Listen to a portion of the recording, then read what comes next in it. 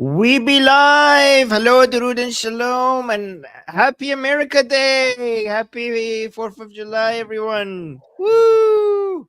Monkey, Happy America Day. Thank you. Thank you. Happy 4th of July, everyone out there. Happy America Day. Uh, guys, look at the we changed the flags at the top. You guys like it? What do you guys think? See, we changed it for today. We changed it from it used to be like this. For today, we changed it to this. Also, for our review section, look at that. So we changed the flags that we usually show. It used to be like this, but today for 4th of July, we're doing it like this. Do you like it? Is it beautiful? I think it's beautiful. Personally, I think it's beautiful. And, has the Oh, Liberty Bell there, the eagle. I think it's exquisite. oh, that's so sweet. Thank you, Monkey. Do you want to tell us so a special happy 4th of July to Monkey, who's the American here? So, do you want to say anything for today? Do you have any Yes, message? today is the why, right? Today is the independence. Like we celebrate the fallen with our veterans, with our Memorial Day.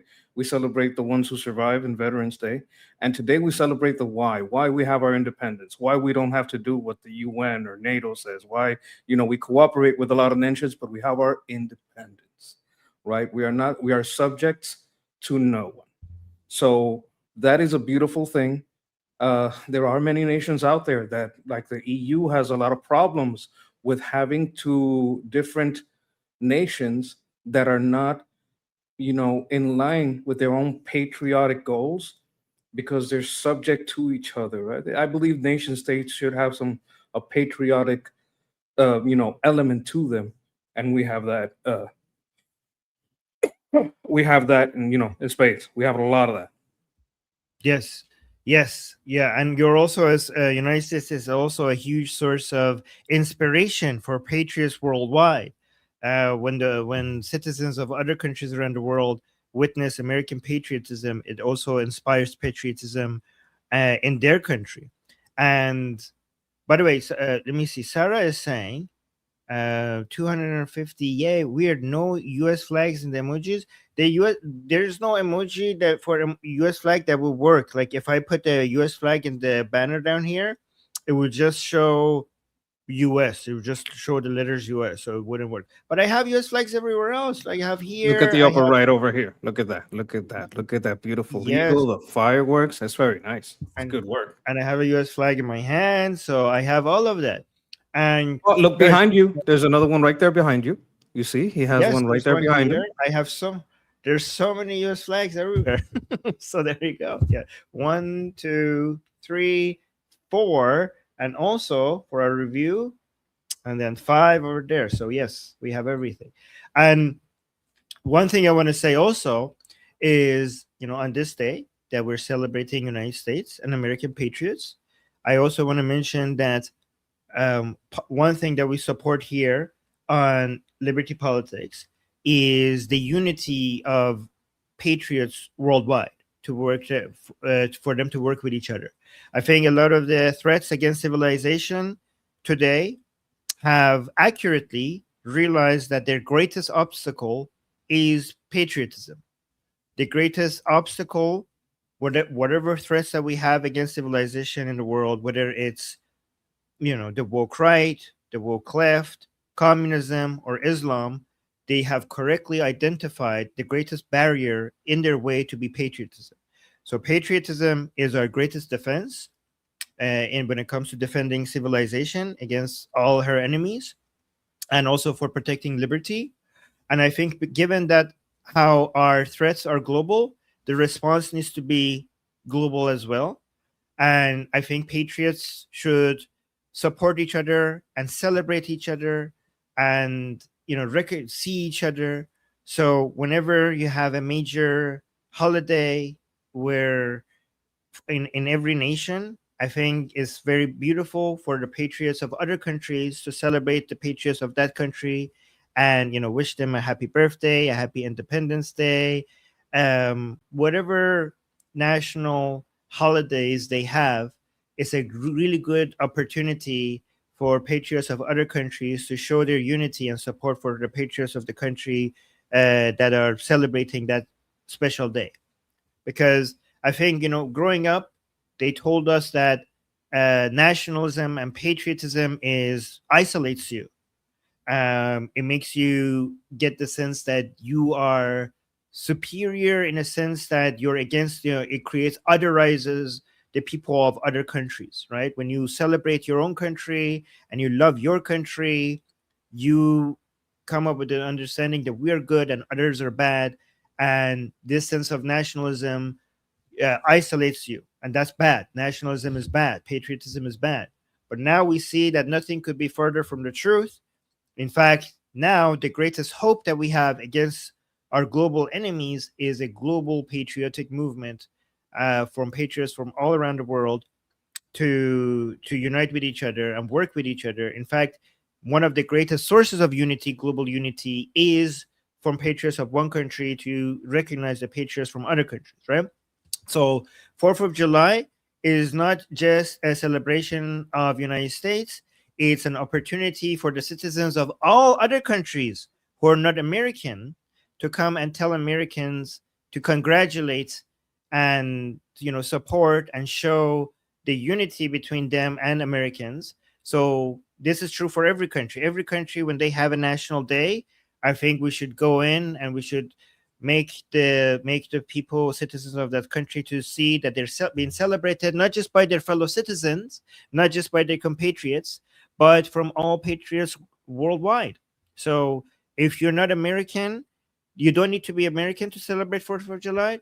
If you celebrate patriots, and today is a great day for you to celebrate American patriots and let an American, find an American, go to the Americans in your life that and celebrate them, congratulate them, and make them feel good that they're celebrated not just by other Americans but also by citizens all around the world.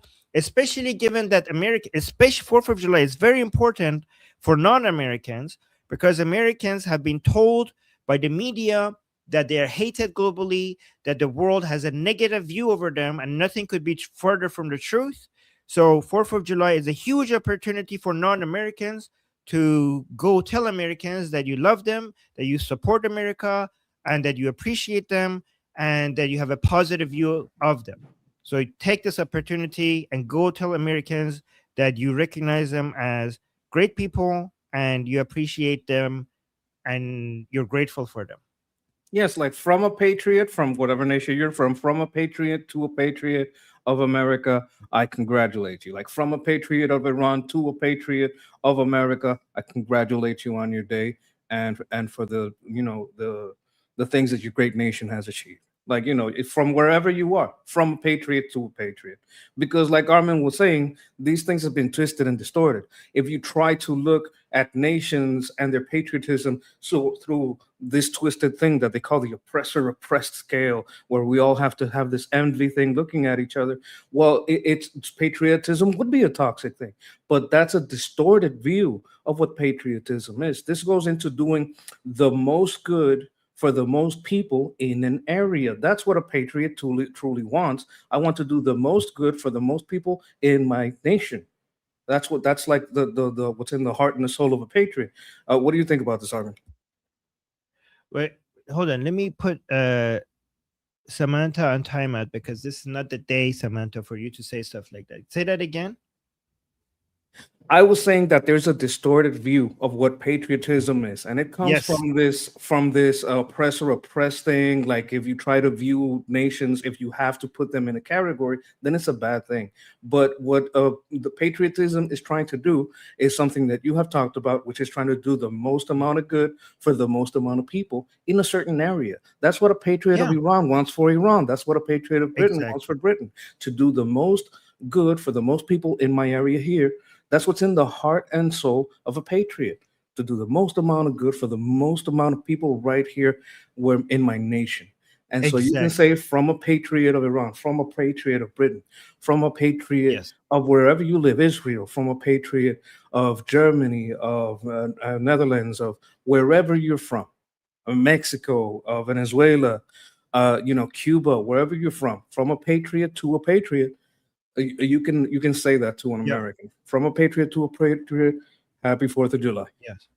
Yes. The most effective way of increasing well-being in society is to have each people in a society to be able to find their own representatives for that place and maximize the strategies and the structure and the methods that resonates with the people in that area.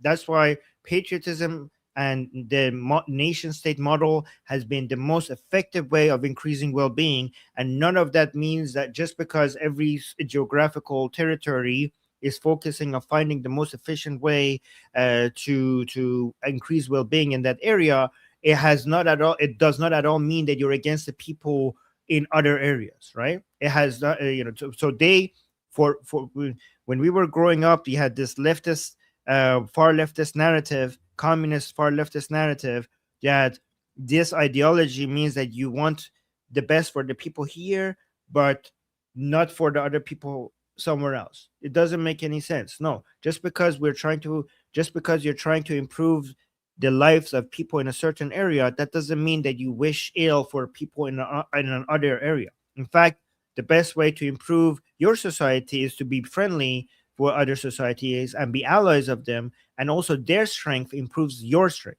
So none of this requires otherizing other people or being against other nations. In fact, if you are a true patriot, you will also recognize, if you're strategic with your patriotism, you also would recognize that the best way for your country to succeed is for you to have strong allies, is for you to have allies that is working with you, and their success would lead to your success. Do you agree with that?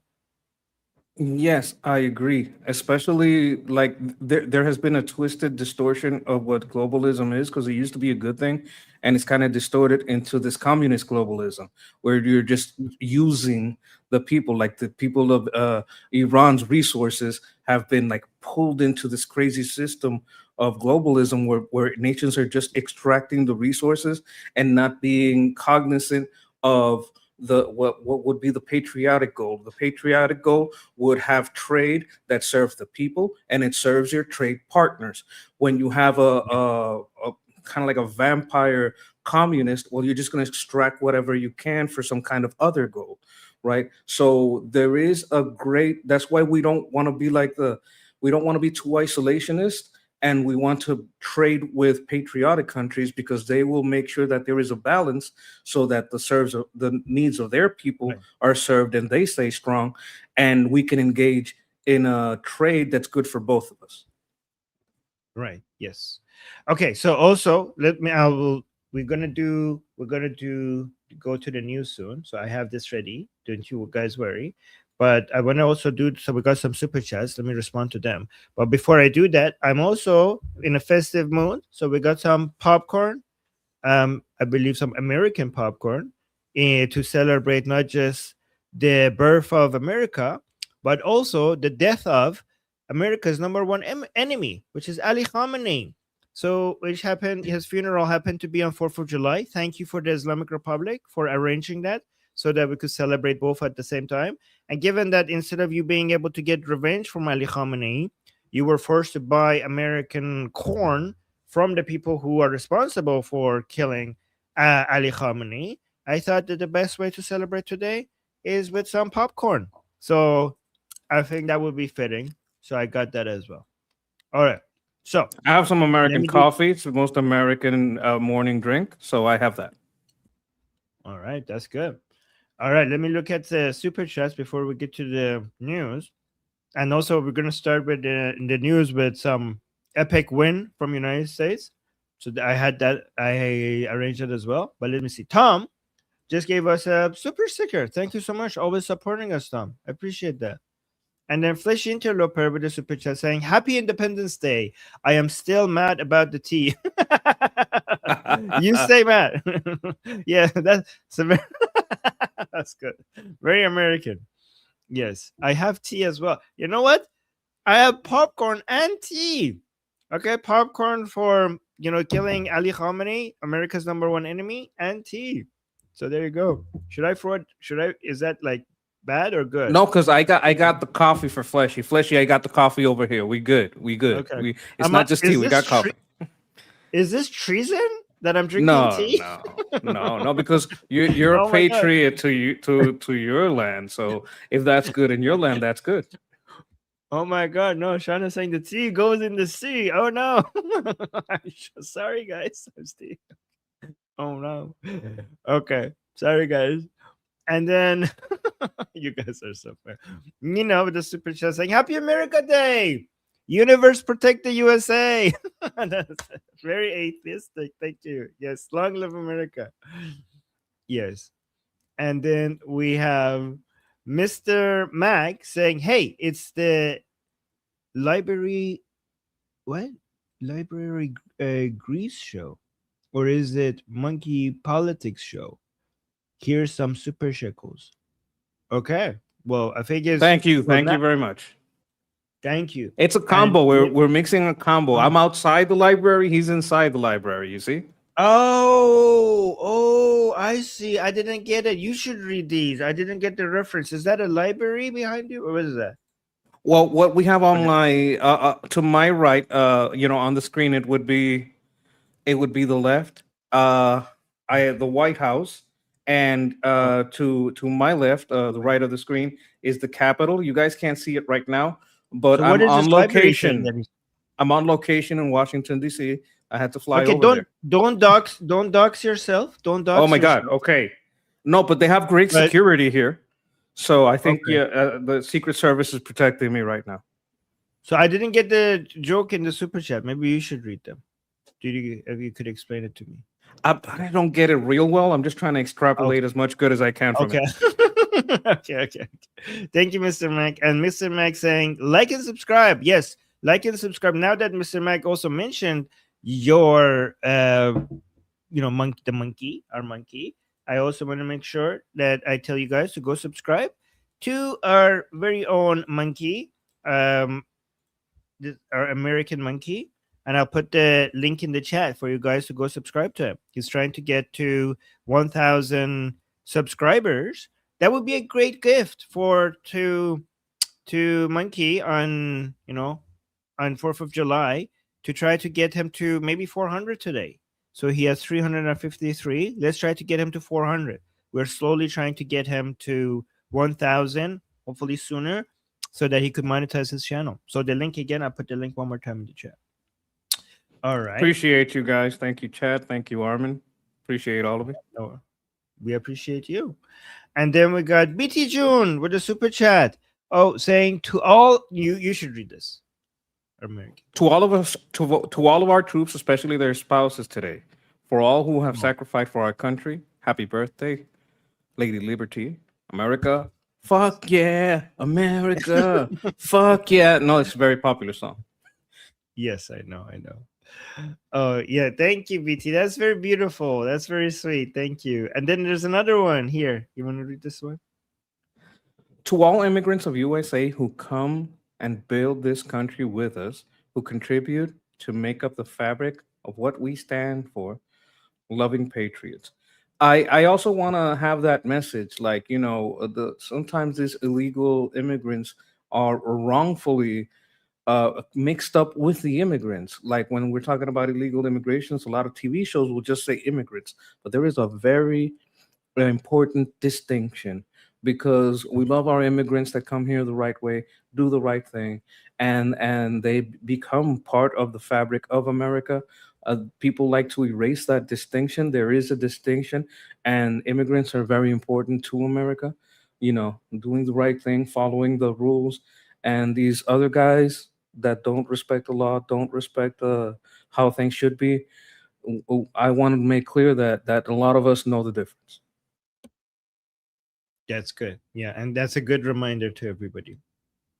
Yeah, there's so many immigrants that are come to United States legally, and they love America, right? They come to America because they love for America. And sometimes some Americans get reminded of how great America is because of the immigrants who come to the America, and they show their love for America. And it's a good reminder of how grateful Sometimes some Americans forget how great they have it, how great their country is. And people who don't have that, who are coming to America because they love America and they see their passion and love for America, then it reminds sometimes the natives get reminded, like, holy crap, yes, like this is a great country. Thank you. Like it's good. It's a good reminder to them. Do you We agree see with that? this in Cuban Americans like Marco Rubio. We see it. It was very impactful for me yesterday because I saw an Iranian American testify to what was going on in the nation, and he's one of these person that has immigrated, has come here for a long time ago from a bad place, and he's very worried. It was kind of heartbreaking, very impactful for me, just because I sensed the pride that he had in becoming an American, the pride he had is in his own country, and the pain he was feeling to see that some places, not all of it, some places are having a little bit trouble with recognizing the values and the things that make America good and upholding that in some areas. So we want to make sure we help that those values stay in high regard. Yes. And BT, thank you so much. These messages were so beautiful. I appreciate that. And then Fleshy Interloper saying popcorn for everyone. Yes, especially the people at the funeral of Ali Khamenei. So, yes, which we're gonna get to. Thank you, Fleshy.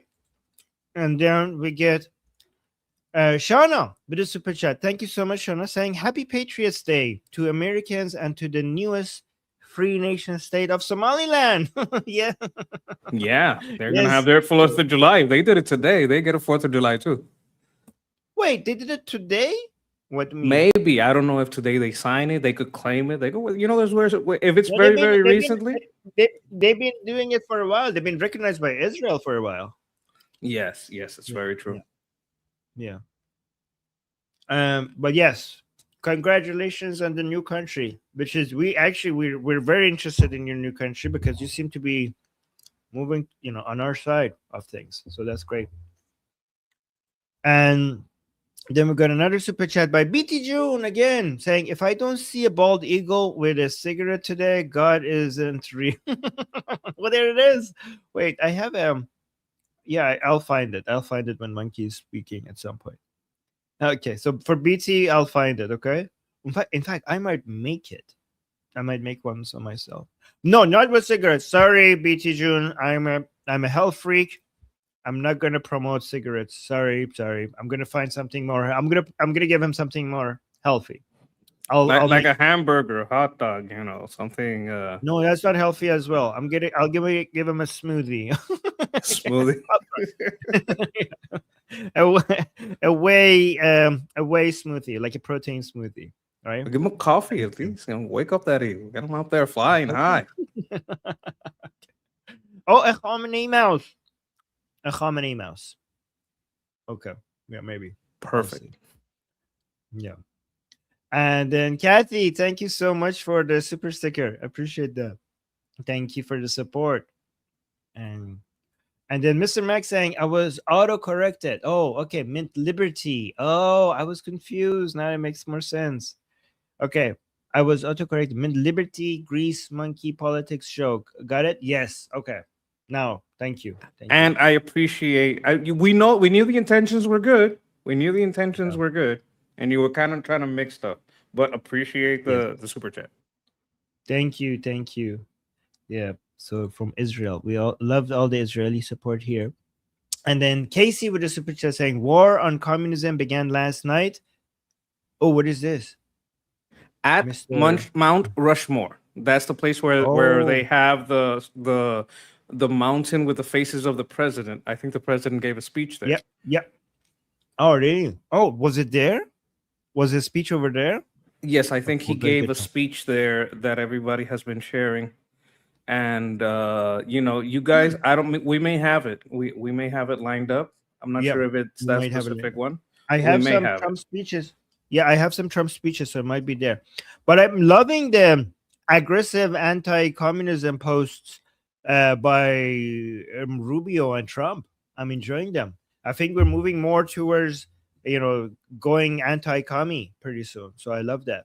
That's And actions by Rubio against communist organizations or so-called socialists, the same thing. One by ballot, one by bullet. Exactly. Okay. And then last super chat from Amir. Oh, thank you guys. We got to our goal. Wow. So early during the show. Amir, the cricket, with a super chat saying, hello and happy 4th of July. God bless America for all the goodness it represents. Yes. Thank you. Beautiful. Thank you. Bless you too, homie. Thank you. Yes. And I'm Israel Chai. We need to I'm have, Israel Chai. when it's Israel's Independence Day, we need to do the same thing. We need to change the theme to everything Israeli on that day. Yeah, we'll do that. We also need to achieve an Iranian Independence Day. It's kind of like the stated goal of the channel too, like part of like the main. Yes. Oh my God. Yes. That's the goal. That's the goal. That's the goal, guys. We don't have an Independence Day where I think we'll call it Liberty Day. That would be great. We call it Liberty Day. So, guys, imagine that. Imagine that we have like our Liberty Day. Fantastic. Good idea. Yes. Oh, Tom. Tom also gave us a super sticker. Thank you so much, Tom. Thank you so much, always supporting us. That's very sweet. Tom was sending congratulations and happy 4th of July. I was watching what he was writing earlier. Thank you, Tom. Appreciate you. Thank you, Tom. Okay, let's get to President Trump. I think this is a good way to start. So you'll see what he's saying at the end of it. This is pretty cool. We beat Venezuela in one day, and we knocked the hell out of Iran. They're dying to settle. They want to settle so badly. We gave them a week off for a funeral because we're nice. It's true. We gave him a week off for the funeral. That is nice. It's like, to have the power to do that is nice. we gave them a week off for the funeral because we're nice. So this is so monkey. This is so humiliating in Iran. Like, this video is going viral among Iranians, and Iranian people are loving it, and they're using it to humiliate the regime because it's kind of like, it's like the Islamic Republic is doing everything based on what Trump wants. Like now we bomb you, now we talk, now we bomb you again, now we talk. So it's like they're basically like an employee, right? And he's the boss, and he decides what happens when. So when he says we're gonna give them a week off, it's kind of like an employer, like as if like, hey Trump, can we have a break? Can we have a 1 week break? Can we do this funeral? And then Trump is saying like, yeah, sure, 1 week off. That's called like a bereavement leave. Like when you have to go bury a loved one, so you're like, please, boss, let me take a week off. Here's the death certificate. Also, I want to say that I believe it's also humiliating that a lot of people within Iran, within the regime lovers, are saying, look, if we want to know the truth, we got to listen to Trump because our people are lying to us. Right. Exactly. And yeah, that's happening. But this, because now they're listening to Trump, because more regime people are thinking that the regime officials are lying to them, and they try to get the news from Trump. So think about this: more radical, hardline, Islamically minded people in Iran are now getting their information from Trump. And now he's saying, yeah, the reason why you got to have a funeral was because we allowed it. And they believe him now. So that's why this is very humiliating. This is why this is so good. Sad penguins are going to be sadder. No. Wait, let's go to the next video about President Trump. I think he's going to be talking about communism here. This is going to be guys, for the foreseeable future, communism is going to be a big topic. For the elections. I think it's going to be a big topic for the midterms, and it's going to be a big topic for the presidential elections. So part of what we do now here on Liberty Politics, because you guys know this channel mostly because it goes against Islam, right? But get ready, because we're going to go way more aggressively against communism at the same time as we go against Islam, right? And this is our look at this. We can only lose the midterms if we allow ourselves to lose the midterms. If we are foolish, stupid, and unwise. But if we terminate the filibuster, as we should do, and immediately vote for the Save America Act, then we will not lose an election for 100 years. We do that, we're not going to lose an election for 100 years. The Communist Party is made up of illegal immigrants, criminals, and everybody that doesn't want to work. We can. What do you think? I think it's a very important message because if you understand what the Save America Act is with the context, should I give the audience some context? Yeah. Okay, so the Save America Act, this is going to be amazing, is to make people have to show an ID to vote. You know how you need show an ID to basically do anything, rent a car, buy alcohol, anything you're going to do, you're going to need an ID. Well, you know what? Some places want to make it not necessary or even illegal to ask for that. And this legislation and this thing that they're going to try to do there is going to stop that. We know that many cities has been flooded. The cities that have been flooded are the cities that flipped. So all the black people that voted for Trump, those places are getting that turned from blue to purple or purple to red. Purple, okay, blue meaning Democrat to purple meaning mixed, like it's a fighting chance, or from purple or like meaning a city that is half and half Democrat and Republic that turned red or turned to Trump. They're getting disenfranchised, right? So the people that are getting disenfranchised are the legal immigrants, are the people of color, the Latinos and the black people. They're getting flooded. These are specifically the type of areas getting flooded by illegal immigrants.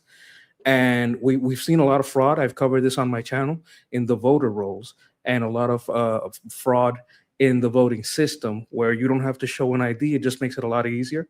There's also been reports of people getting truck driver's license. It's called a CDL, and these people are getting truck driver's licenses without being able to read English, which could cause many accidents. So we have many doubts about who these people are. Do they have a right to vote? And the Save America Act seeks to prevent that by requiring proof of citizenship and an ID to vote.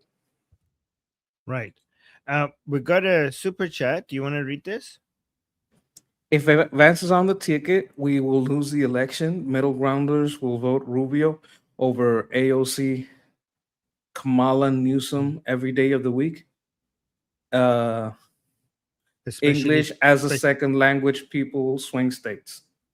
No, especially swing states. I think. Oh, especially swing state. Okay. Well, ESP tends to also mean that. So, but I don't think, you know what I think? I think he might be just vice president again. Have Rubio at the top of the ticket. Yeah, I don't know. BT, wouldn't a Rubio Vance ticket be able to make the isolationists tolerate Rubio a little bit more? Wouldn't that help? Having Rubio as the president and Vance as a vice president might actually, I don't know, help or no. Like run it back to back. This is what the Hermit King Asmongold was suggesting, that Vance should just not run, because there's a lot of people that thought Vance was going to be the next president, right, or the next candidate. But now some people are saying maybe he just be vice president again and let Rubio be the president. I think that has the most amount of traction for all sides of the conservative movement. Yeah, I don't know, by the way. I'm just asking. I don't like JD Vance, but I also don't want the Democrats to win. So as much as I don't like JD Vance, if a strategy works to keep the Democrats out, I will tolerate whatever I need to. Like, I mean, I'm not an American, but I'm just saying that if you're American, I think even if you don't like JD Vance, I think I see if it makes sense. It makes sense if you just tolerate JD Vance as long as it keeps the Democrats out. That's a strategy that makes sense. It's also a little early for that. We got to focus on the midterms, because if discussions into Vance distract us from the positives we can gain in this midterm candidates, it can be a little detrimental. I understand the misgivings against Vance. Maybe he'll change from here to the time that the elections comes. Maybe his stances will change. Maybe he'll be enlightened into, a better understanding of Middle East, because we know he doesn't understand. He said it many times, so maybe he'll start to understand. Yeah, but I don't want to tell the chat what and when to talk about, because people care about things that they care about whenever they care about. So, like, I mean, it's never too early. Things should be strategized. Oh, of Yeah, course, ahead of of time. course. We're celebrating freedom of speech today. You guys talk about all you want. I'm just giving an opinion, like, yeah, there's some conversations to be had. But I also want everyone to like focus on the midterm. It's very important to know your candidates, do what you can. We have Scott Pressler is very good about organizing, but we need Jerome Presslers in the black communities. We need Jose Presslers in the barrios, in the Latino communities, to organize those votes, because we know we're being disenfranchised and we have to stop it. We got to make it too big, too big. Right. Okay. Maury with the super chat saying Tusi is still alive. Free Tusi, save to see, please. Yeah. So what Tusi needs is connections, special connections in the U.S. So just get the word out that especially when it comes to immigration and visa stuff like that. Okay, so that's what he needs. Connections. So Talk to just get the Marco. word out. Mr. Rubio, Marquito, let's get this done. Yeah. And then we got Shauna. Thank you so much, Shauna, for the super chat saying, no Vance on the ticket. This is going to sound radical, but I think it should be a woman. I think Rubio will be strong on borders. What do you think? Well, if there is a woman, some people have been floating around a name. It's Ana Paulina Luna. So I think someone said in the chat too, Rubio Luna. So if there were to be a female vice president, from our side, it might be her. If we're just brainstorming here, that is a possibility. I don't like picking people based on their gender or their skin color. Or I think it's because she has good policy. She's smart. Like there's a lot of things that qualify her beyond that. That's the important. No. That's the important thing. But why, like her? I don't know if I don't like saying like, oh, let's pick a woman. Like if she's good, she's good. Like what does her woman? Like she's good, then yeah, good. But why should we care about her being a woman? I think maybe she was throwing me a hint just to be kind to the super chat. Like, no, I'm asking Shauna. I'm not asking you. I'm asking Shauna. Like, okay, Shauna, let us know what you think. Yeah, because wouldn't that, like, if she's good, she's good. Like if we're going for her being a woman, wouldn't she be a DEI hire? Like, let's not do DEI hires, right? No, she's good. Yeah. We don't want DEI. Yeah, we don't want DEI. She's good. If she's good, then we want her. Oh, someone chat saying not a woman. So we also don't want to disqualify people because they're women. Oh my God. No, yeah, this is the other side. We don't no. You might be joking. Oh my God. You might be joking. Yeah. Yeah, we look at this. No, look at what happened to our government. So this person seems to be serious. I don't know where this person is, but they seem to have a woman in the government. Yeah, so we don't want to disqualify anybody because they're women. But we also don't want to select them because they're a woman. Merit. He put a LOL at the end, so he might be kidding. Okay. He might be kidding. Wait, hold on. Let me see. Was this the one? Oh yeah, I already did it. This one. Oh, one thing I want to mention about this last part. Let's play this again. I want to mention something else about this video before we go to the next one. We can only lose the midterms if we allow ourselves to lose the midterms, if we are foolish, stupid, and unwise. But if we terminate the filibuster, as we should do, and immediately vote for the Save America Act, then we will not lose an election for 100 years. We do that, we're not going to lose an election for 100 years. The Communist Party is made up of illegal immigrants, criminals, and everybody that doesn't want to work. So this might, this last part is very important to understand. This is the whole reason behind the leftist Islamic alliance, right? The whole point is this is, and it's also a very effective strategy, and it's the only flaw with, one of the main flaws with the democratic model is that one party and one group of people could basically open the gates to the people who would come vote for the people who are opening the gates, so they could open the gates more, so they could vote for them more, and basically destroy the country. Basically, is a Trojan horse, an invasion from within. And I don't know what the fix to that is. That is the greatest threat to the nation state model, to all patriots worldwide, is the people from inside your country who, for the sake of votes, they will just open the gates to the barbarians, to get the barbarians to support them with more power, so that they could open the gates uh, wider. This is the greatest flaw in the nation state model, and I don't know what the fix is, but it's very effective and it's very dangerous.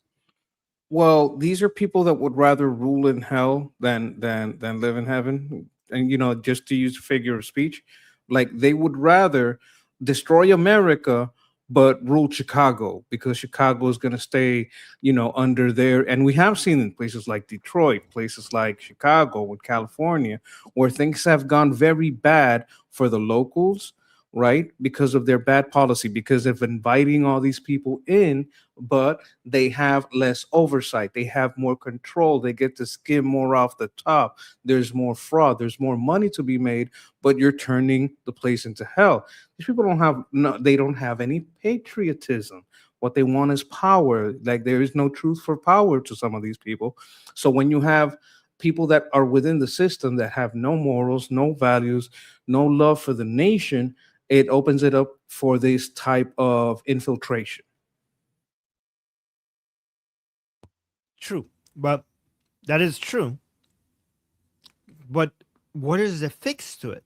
Because no matter how much you go and promote patriotism and warn people about how dangerous this is, you're not going to be able to match of the numbers of these people that these people get by opening the gates, especially when they increase the motivation of these people coming in by giving them free shit. I mean, free shit basically means stealing stuff from other people, right? This is why the combination of communism and Islam is so effective, okay? Because you steal from the people who are being productive, you take their money, you offer it for free to people coming in, especially people, the barbarians with the most violent of ideology, so that you could also use their threats and their violence and their intimidation against the system as well. This is such an effective combination, right? This is why this works, right? You take from productive members of the society. They call it eat the rich, steal from the rich, but what they mean is productive people. You offer it to people who will come in and just give it to them for free with using benefits and stuff like that to increase higher numbers, and then those people will vote for exactly the politicians who are allowing this to happen. So this is why this is so effective, because you might say, like, okay, once you're in, why would they still be loyal to the people who opened the door to them? Because they're already in, they don't need them anymore. That's why the strategy works in two ways. First, you have to open the door to them. Then when they're here, you have to give them free stuff so that they continue to support you. That's why this strategy is very effective. And what I'm telling everybody here is that calling it out is not good enough, because calling it out and making people aware is gets lower number of people in our side than the number of people that they get by bringing people in and also giving people free stuff. So we need to come up with a strategy beyond just calling it out. Do you understand what I'm saying, Monkey? I understand, and there is a strategy. That strategy is applying the law to these people. What's been going on is these people don't just take the free stuff; they also kick back. they also do frauds. If you look at these communities, and so remember what's going on in with the learning centers, right, where they're making fraud to the education system. They're making fraud to the hospice system. These people kick back, and over, investigations had led to evidence where we're gathering evidence to arrest these politicians that are opening the doors. What we need is a stronger use of our legal system. One of my greatest critiques, and everybody knows it, of our administration is that it is not going hard enough on these fraudsters and on these people that are making these sanctuary cities, because they don't just give away that free stuff. They also get donations from the NGOs that are committing the fraud. They also get donations from these people, and when you trace back the roots, they are tied to these organizations. Like Marco Rubio just declared a couple of them, enemies of the state, basically terrorist organizations, or enemies of the state. One of them was one linked to Hansan Piker, the one from Cuba. One of them was Code Pink. So you have to persecute these people and put them in jail. So yeah, so I agree with that, but here's the problem: applying, and after this we're going to move on. Applying the law is not good enough, because these people with their numbers are going to change the law, or they're going to find ways to slow things down, because it's not like we apply the law, okay, but if they've already allowed so many people in that is giving them a lot of political power, then you're not going to be able to apply the law because they control the law, right? So I think we need to come up with a lot more aggressive model to deal with this. Like, we need to get really aggressive with this, and this is just something that we could talk about more later. Applying the law includes getting them the hell out.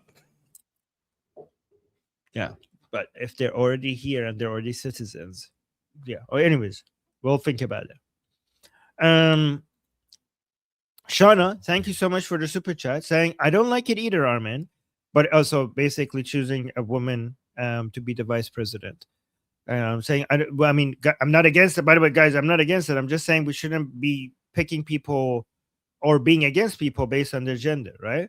I don't like picking somebody because they're woman, but I also don't like, not picking somebody because they're a woman. Both of them is wrong, right? So Shana was suggesting that there should be a woman as a vice president, but I was like, yeah, if she's good, she's good. Why do we care about that she's a woman? I don't like that. So Shana is saying, I don't like it either, Armin, but it's a strategy. It has to be a good woman, though. A solid woman for vice would be able to go harder against Kamala. Yeah, but again, if she's good, she's good. Like, I don't. Then when picking her, we have to pick her because she's good. Because I don't want. If it's a strategy, then we are going against our values. So sometimes there are certain strategies that seem like a good idea in the short term, but if it goes against the fundamental values that you have, then long term it weakens you, right? And I want us to support merit space. I don't want our fundamentals to change, because if you change your fundamental values for short-term gains, then you get short-term benefits and long-term losses. And I think that we should be on the merit side of things, that everything is based on merit, not based on gender. Look, I would say it hasn't worked. Like, it didn't work for Kamala, it didn't work for Hillary. Like, this does not increase your vote. In fact, a lot of women won't vote for a woman because she's a woman. It's not just men. So, like, if you're going to be a realist about misogyny and all this stuff, if you want to be like, look, it's not right, it's not morally right or whatever, but if you want to be a realist about the numbers would probably favor a man more than a woman. Like, if you're talking about it as a strategy to hook people in, I don't think that's going to work, and it hasn't worked ever. Well, I'm saying that if it doesn't matter if it works. I'm saying if it works short term, let's say it does work. I'm saying these are short term gains for long term losses. Because at the end of the day, what makes you stronger is your values, is your fundamentals, right? That's what I think. I think it doesn't Oh, work I morally or strategically. Right. Shauna is saying, okay, well, you're more noble than me, Armin. Oh, I wouldn't say that, but thank you. Well, you're noble enough to contribute to a good cause. So thank you for the super chat. Thank you. Yes. Vidur with the super chat saying, happy 250th anniversary to the vanguard of liberty and defender of the Western world. God bless the USA. Oh my God, that is beautifully written. Wow, that is true. I completely agree with that. The vanguard of liberty and defender of the Western world. Beautiful. Wow, I've never been called that before, but thank you. Oh, I think he means you. I think it means the United States. Yes. I completely agree with that. The United States is the vanguard of liberty worldwide and the defender of the Western world. I will go one step further. Just a slight adjustment, okay? The United States is not the defender of the Western world. The United States is the defender of the world. Western, Eastern, Northern, Southern. All of it. All of it. No, I was kind of joking, but yeah, I completely agree. Yeah. Yes. And thank you. That's a beautiful super chat. Vanguard of Liberty. Perfectly said. And Flying Robot Duck with a super chat saying, despite being a Republican, I really hope that the Democratic Party truly moderates. Wow, that is very mature of you, and I love that. Okay. The best way to be a good party is to also have good competition. You should want to, it is unhealthy even if your party is a good party, it is unhealthy for you not to have serious competition. If I want patriots all around the world to understand this, you should want a good challenge to your party. You should want your competition to be good and keep you guarding your values and making you better. Like, it has to be hard.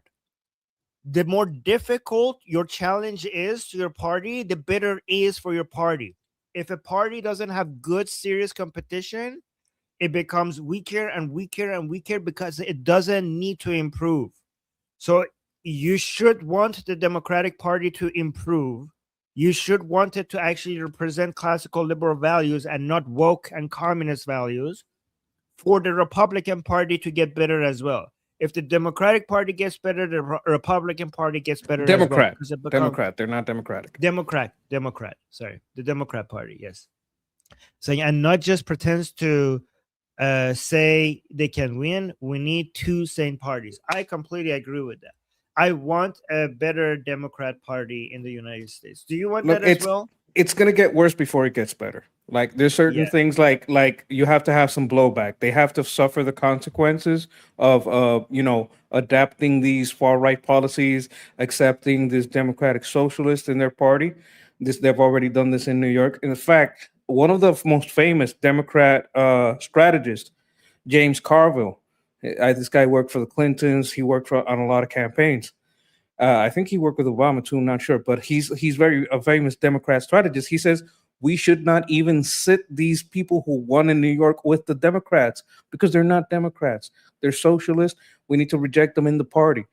So, and I'm not saying I like this guy. I do not like this guy, but the older Democrats are recognizing that this is a step too far and that the common voter is not going to reward this, right? They can win in primaries, but can they win? They can win in their nominations. These DSA people might win a nomination, but can they win the primary?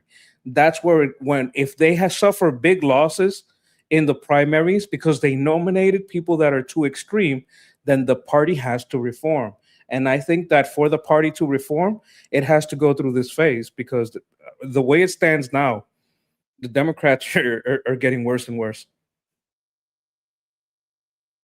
Yes, but you do want it to get better too, right? Like that's your you would like it There was a magic time in the 90s where everything Trump says now was coming out of the mouth of Bernie Sanders and Nancy Pelosi. Oh, we need our jobs here. We, like everything that Trump says now, you could hear it.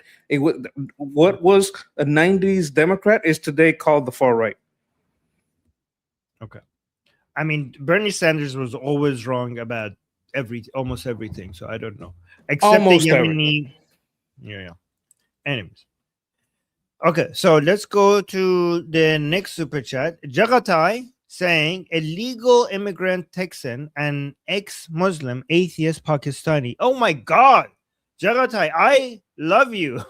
Look at this. Jagatai is a legal immigrant in Texas, and he's an ex-Muslim atheist Pakistani.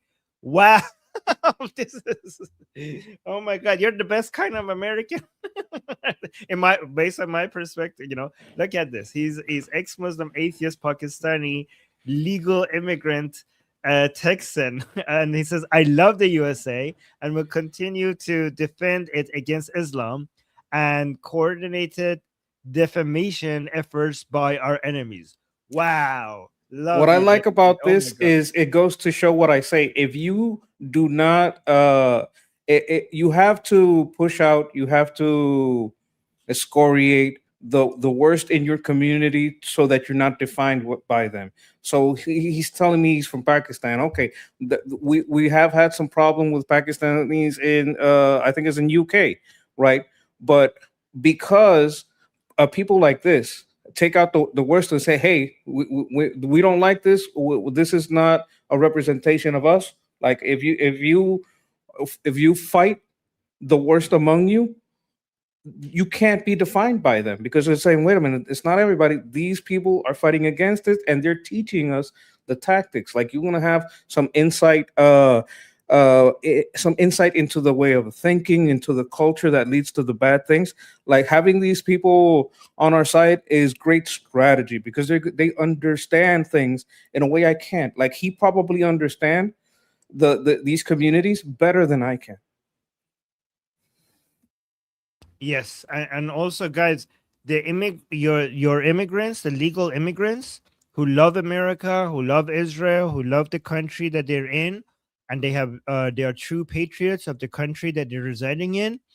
They are your greatest secret weapons against your enemy's ideology because they come from there and they know it, and you should use them in your army. Like they are really valuable members of your army against your enemies, right? So Jagatai is like a huge asset to America, like a huge asset to America.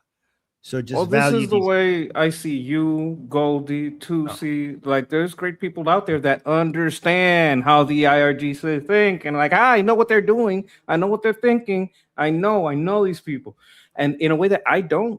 I've learned so much from you guys. Thank you guys. Like, I thank you for being patriots from one patriot to another. oh, thank you.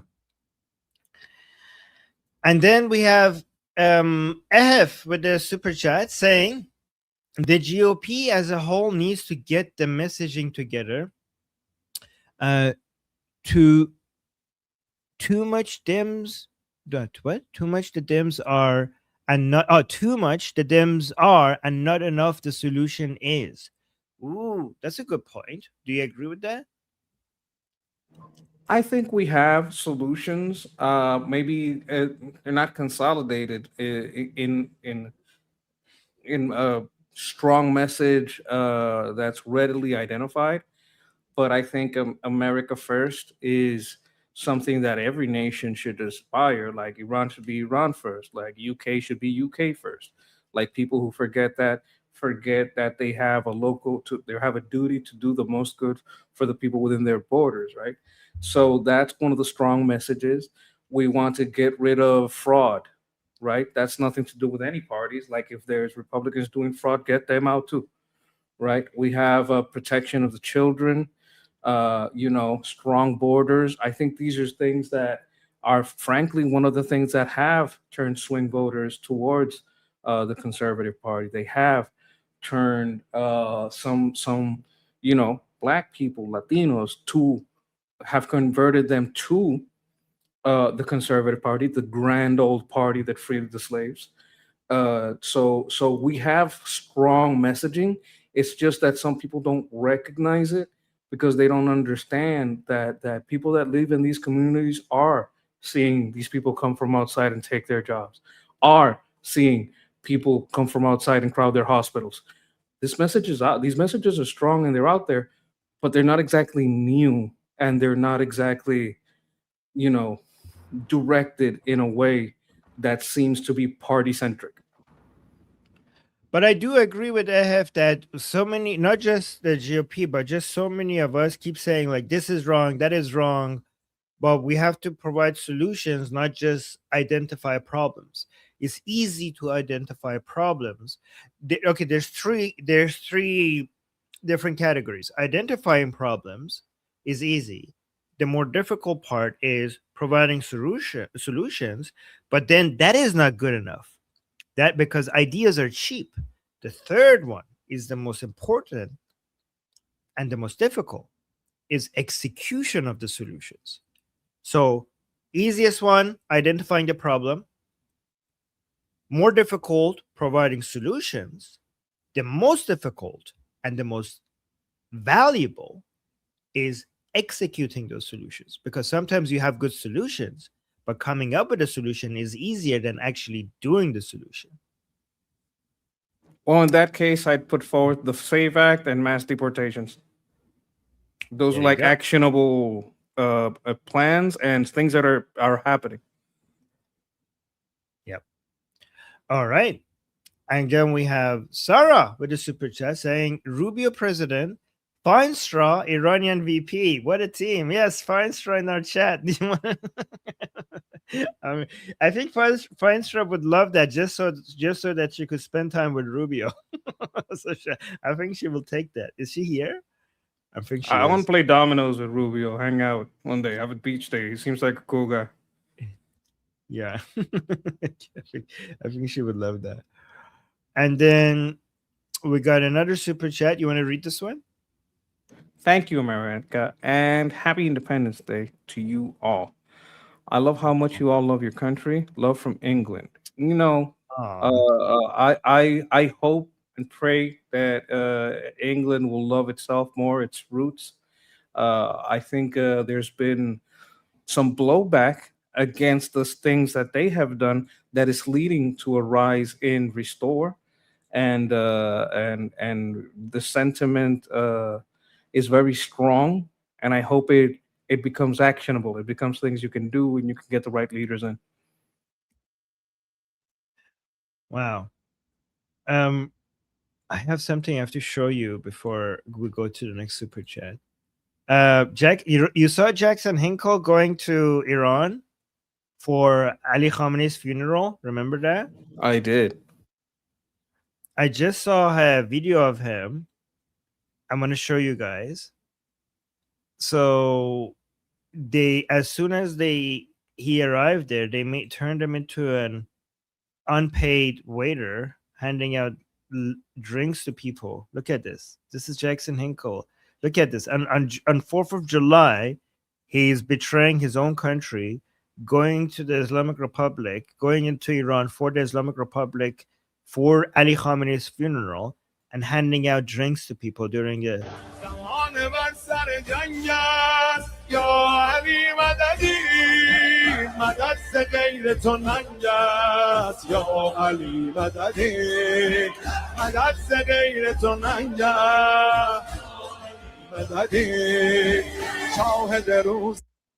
My God, this is an American. I have a question. What? I have heard this term called a good dhimmi. What does that mean? Does this apply here? Yeah, that's a good. Yeah, basically. Okay. They're using. Yeah, it does. A dhimmi means like a dummy. No, dhimmi means like a second-class citizen in an Islamic, under Islamic governance, who is either a Christian or a Jew. Oh, so this is like very literally a dhimmi. Yes. Yes. Wow. And only a Christian or a Jew, because if you are a Hindu or an atheist, then you die, right? So only Christians and Jew can live as second-class citizens in an Islamic world. Everybody else dies. Wow, what a dimmy. Yeah. Dimmy, Yeah. dummy, dummy, dimmy.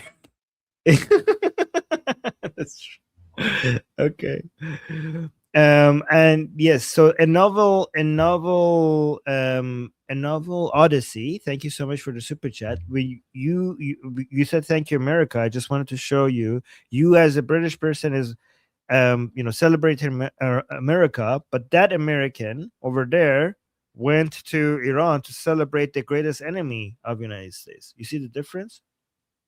Yes, and I think they're also an enemy of UK, of Britain. Oh, look at this. Shana is so sweet here. In response to Jagatai saying he's a Pakistani ex-Muslim American Texan who loves America. So Shana is saying, as an American, we love our patriotic infidels. They are amazing. Oh, so beautiful. Oh I my think God. they people would call him like an apostate, right? If you Yeah, leave Islam. an apostate is a subcategory of being an infidel. Right? Oh, okay. So it's okay. I see what you mean. Yes. So you could be an infidel because you were born an infidel and you stayed an infidel, right? You could be an infidel because you're an apostate. You were a Muslim and now you're an infidel. If you used to be a Muslim and now you're an infidel, then you're an apostate. Always been a big fan of Apostate Prophet. Great guy. Yeah. Yes. Me too.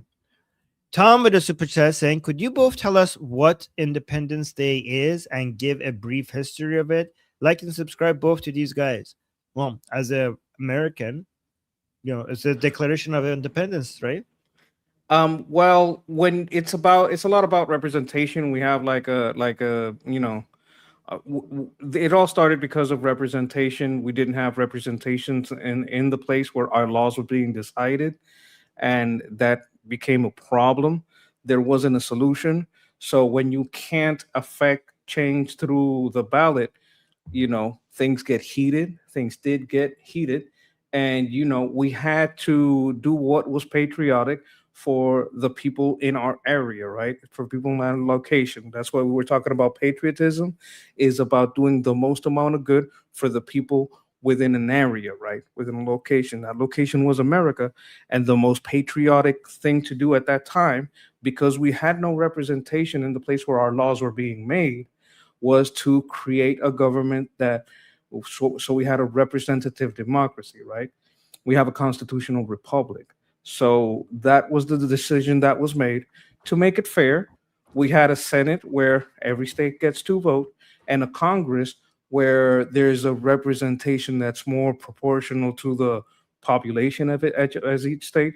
That way, the state with the highest populations can't just dominate everything. But we have the Senate to counterbalance that.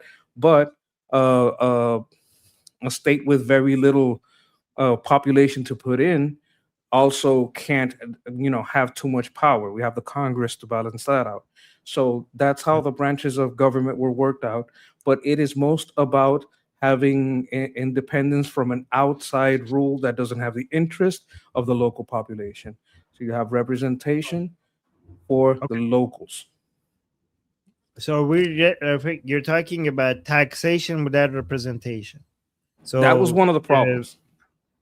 Yeah. So you had the British Empire taxing the people who lived in the Americas, but not actually being a representative of them, right? So that was the issue, and we had basically, the 4th of July was the day that the Declaration of the Independence was adopted, and that basically.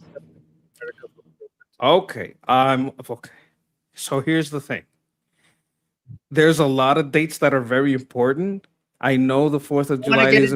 I think I don't want to get into so much of that, but go ahead because I want to get to it. But I'm not absolutely sure if that's when it was signed or that when it was ratified.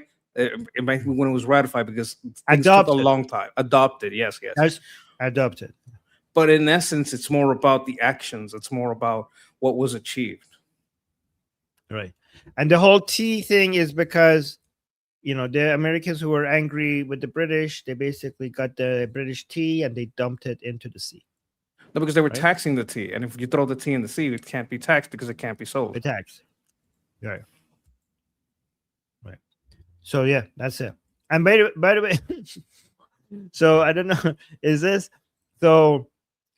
It's not anything anti-British, okay? That was back the American Independence Day. Sometimes Americans joke with the British people regarding like, yeah, it's basically freedom from you guys. You were the oppressors, you were the colonizers, the imperialists, and they basically got free from you guys. Okay, no hard feelings. But no, that's a joke. It was about the rulers at that time, not about anything. Another And point people. is that for us, it was a very big deal. But Britain has such a long history and did so much stuff before and after that it's like, look, we lost here, but we had other wins later. Like you had great things that Wilberforce did. We have great things that Britain did in other areas that they have their own pride and their own things that they can be very proud of. And we celebrate them too on the days that are for them. There's no hard feelings, is what I'm trying to say. Right. No hard feelings. Sure. Okay, yeah. Okay, so Lior, thank you so much for the super chat saying hi, happy 4th to America. Wait, Lior, you're saying it the Iranian way? So I don't know. I think that's what she means, if I'm correcting her. So America in Persian is pronounced America or America. So I think that's what she's saying. So happy 4th to America. Yes, yay. Is that, Leo, is that what you're referring to? The Persian way of pronouncing America? Yes. My God. From my childhood in Iran, so I lived in Iran for my 20 years. And, this song is still stuck in my head because we had to sing it so many times.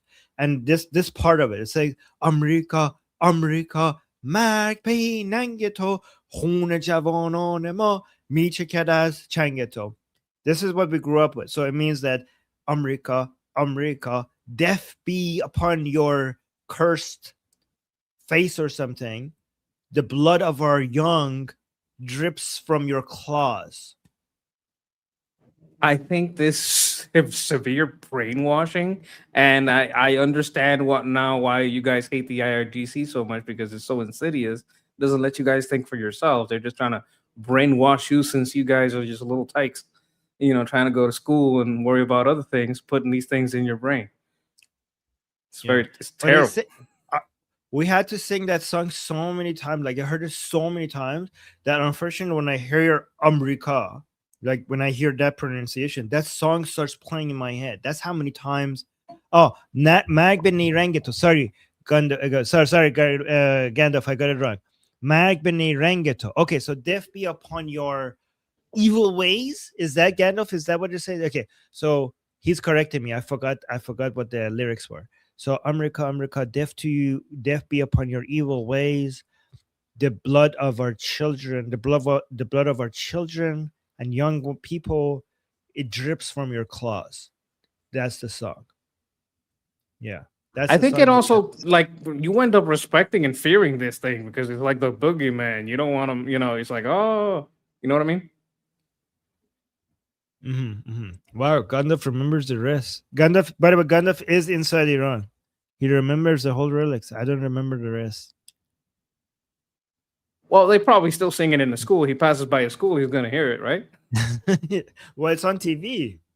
Oh my God, that's terrible. Yeah. But I understand. I'm not going to judge. Right. No, you should judge. What the hell? This is messed up. I won't judge anyone for remembering it. The people who play it, who would steal it, they're terrible. Yeah. Yes. Yeah, and in the streets, they play it in the streets for ceremonies and everywhere. You can't miss it. Like you constantly have to listen to this crap. And then we have Shana with the super chat saying, see what happened when in 1776 Britain made the grave error of touching our boats. We threw the tea into the sea. Yes, IRGC, look at this. Learn from their mistake. Yeah, that's a good one. We Yes. don't like it when they Don't our touch their boats. Don't touch their boat. Don't touch their boats. They're very sensitive about their boats. They'll F you up. Very. And yeah. Okay. And Shaolin saying a lot of countries' Independence Day is basically kicking the British Empire out. True, that's true. Okay. But I'm gonna say this: Oh, we no. actually kicked them out. A lot of people they just left. There's a lot of places they just left. A lot of people just ask nicely, though. No, Yeah, a lot of people just yeah, ask nicely. Yeah. ask nicely. Yes. Yeah. Canada, for example, just ask nicely, and they're like, sure. Yeah. See, you should have tried. Did you try that? Because Canada just say did. like, "Hey, can we be independent?" We And did. the British Empire said like, "Yeah, At sure." first we were like, hey, can I get a vote in this in this parliament you got here? Can we get some seats in here? We're not even asking to leave. We just want some seats in here. It didn't work out. But maybe because you should have just tried. You asked for seats, but you didn't ask to leave because Canada asked to leave, and they said okay. Did you ask to leave completely? Oh yeah. We asked, like, there was a lot of talking before things came to So a head. maybe the experience the British Empire had with you made all these other people's method work. So because you said, please, can we leave? They said no, and you basically fought back. And then after you, everybody else that came out and said, like, can we please leave? They were like, sure. It's a don't lot want to go cheaper through than that again. fighting. The American cost us so much money. Let's just let them go. Yeah. It's cheaper. We don't have to Let's just- manage them. We might even save money. Yeah, exactly. Okay, by the way, to be fair to the British, they did so it is true that you guys became like I don't know, vanguard of liberty and representation and government and all of that. But also, let's be nice to the British, okay? They did stop slavery before you guys. They did turn against slavery before you guys. No, they did a lot more than that. They stopped it like across the world. They had this guy Wilberforce. He was going on boats. Anybody selling slaves, we're going to war with you. Like, they didn't just Yes. stop it. They went to war with slavery across the seas. Yes, so let's appreciate them as well. Okay, I don't want I don't want people to think that This is why I hate when they say that Britain has this history of racism. No, there's still slavery today. The people that went out of their way to great cost of blood and treasure were the Brits. They went all around the world. We had ourselves a civil war about it, but the Brits went all around the world to stop it. So I think that doesn't get enough recognition. Yes. It's interesting because, and people kept on telling us that white people were doing slavery as if nobody else was doing. And then eventually we grew up and realized that actually the whole world was doing slavery until the white people put a stop to it. Wait. Let's be accurate. It hasn't stopped. It's just that the people that complain about it won't show you where it's still going on because they like those people. No, they stopped. They put a stop to it where they could. That's what I mean. Where they could, exactly. Yes. So just because they put a stop to it, that doesn't mean that they put stop it everywhere. But slavery was the norm globally everywhere until the very same people that get accused of doing slavery the most, those were the people who actually said, like, well, let's stop this. And they stopped it not just for themselves, but they forced other people to stop as well. All their trade partners, anybody that was like a territory, they had to stop. Like, it was like, nope, we're not doing that no more. Yeah. Yes, exactly. And then let's go to the next super chat. A novel Odyssey saying, "I have thick skin. No offense taken." Oh, well, yeah. No. I hope he notices we're trying to give you your flowers. Yeah. Okay, we're trying to give the British their Yes. flowers for the great things that people like Wilberforce did, and a lot of great patriots that gave their life in the wars to free slaves all over the place. So we got to give them their flowers. They do deserve the recognition. Yeah, what is the best day to celebrate UK? We should do a UK celebration day as well. I don't know if they have a specific day, We're gonna have to Oh my find God. out from the chat. Maybe someone can super chat and Oh tell my us what. God, I just checked. The answer is the United Kingdom does not have a single official universally celebrated national day. What? That is so sad.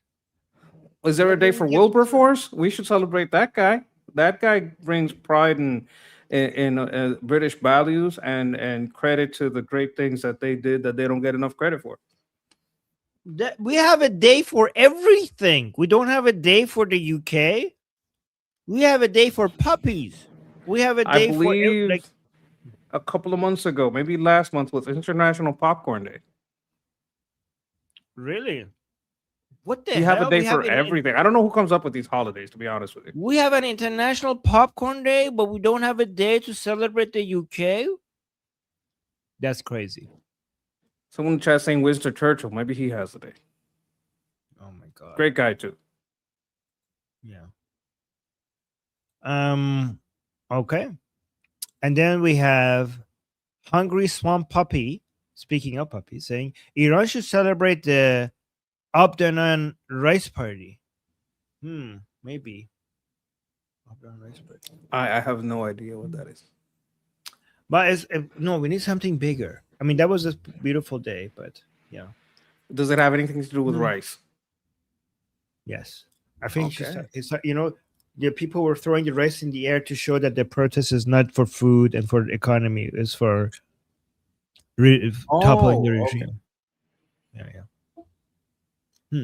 Let's It's think like a about it. proper last name in America sometimes. Like Condoleezza Rice is a person. So I think for now we could have the crowning day of Mohammad Reza Shah. Maybe that could be our day for now. I don't know. We'll see. Sholin with a super chat saying, nope, Canada kissed the ring. They're still under the British crown. Symbolically, not in a meaningful way. Not in a meaningful way. Like like the UK, the British crown can't do anything in Canada. It's just all symbolic. It's just all paperwork. They have no power in Canada. And thank you for the super chat. Jagatai with the super chat saying, I deeply empathize with the Iranians' struggle against Islam, and only hope Pakistan follows their example soon. Maybe United States and Israel can help nudge this domino effect. I truly think that if Iran becomes a secular democracy, it would have huge positive effects in Pakistan. Jagatai, I don't know if you know, but a lot of the heavy Islamization of Pakistan is because of the 1979 Islamic Revolution in Iran. So given the Islamic Revolution in Iran in 1979 had such a negative effect on Pakistan, I think a secular revolution in Iran will have a very positive effect on Pakistan. Hopefully, yeah, we'll see. I mean, I think once Iran is free, it should become the base of operations against Islam by the people, not by the government, because the government should be secular. But the people in Iran should turn Iran into a base of operations against Islam in the entire region, the civilian population, not the government.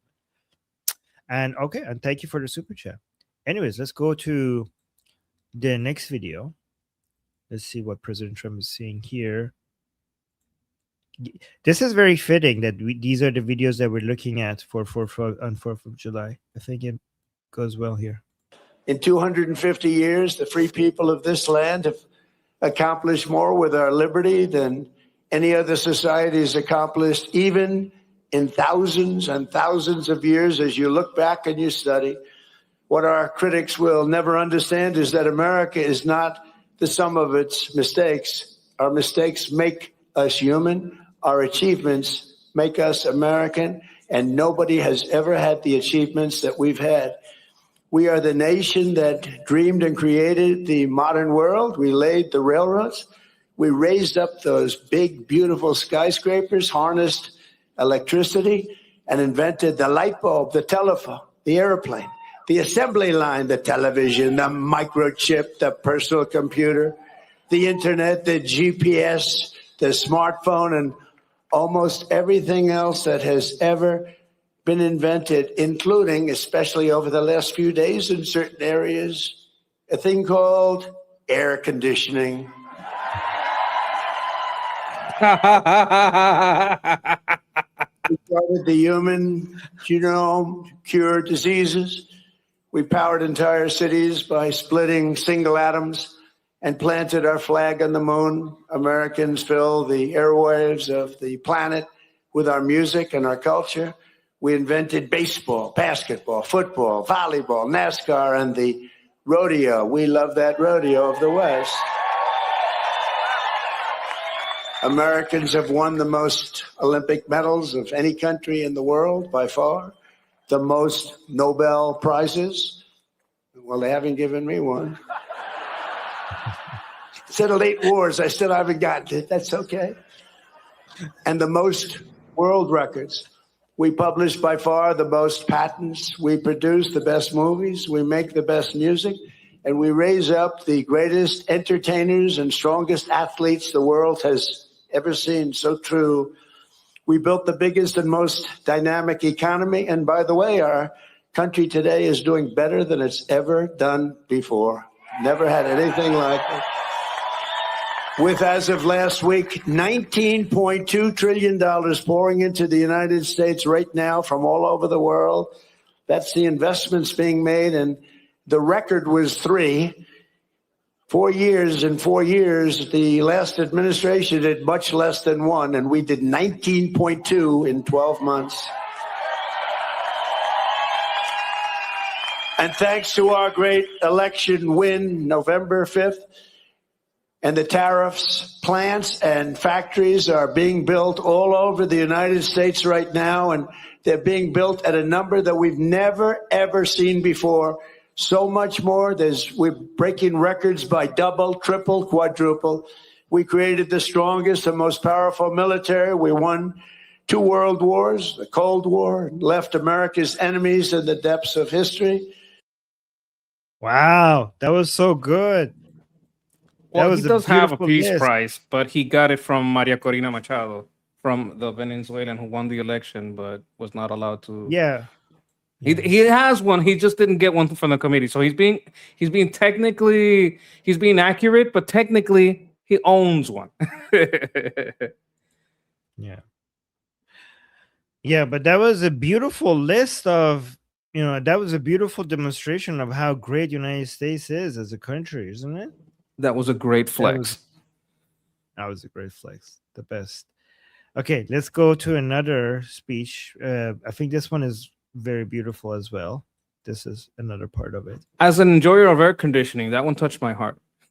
The air conditioning one is actually a major source of drama right now. Some people are saying, some people are attacking Americans in other countries for their air conditioning, saying I'm the aware. reason why It's hilarious. It's hilarious. Okay. Some people are saying the reason why their countries are hot is because Americans are using air conditioning. I don't know why they're saying that. Do they think like all the heat that comes out of the air conditioning, all of that is like directed towards Europe or something? They that the chemicals and the things that come off the air conditioner, those chemicals are causing global warming. But if you're going to talk about that, then you got to look at China for the cause, not us, because that's where your emissions are really a problem, not the USA. The USA is very low on the list of emissions that cause a problem to global warming. So stop blaming us, start blaming China for that. And, the cope is a lot, and it's hilarious. It's so funny. All right, let's watch this one. This is really good.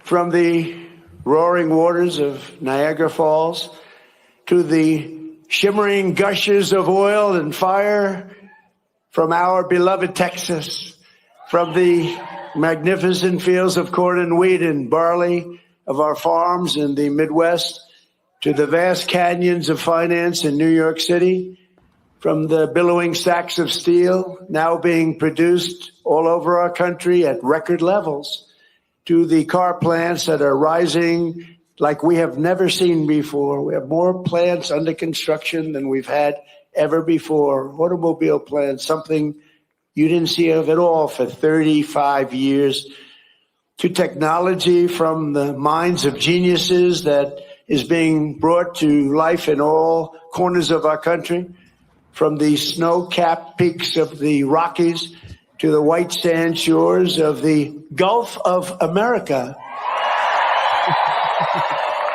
I love that one. And you're right here in the Black Hills of the Dakotas. After 250 years, American freedom still rings. The American dream still lives, and the American flag still flies more proudly than ever before over the people who will not quit, the nation that will not fail, the country that will not fall. No matter how hard the enemy tries, we cannot be beaten.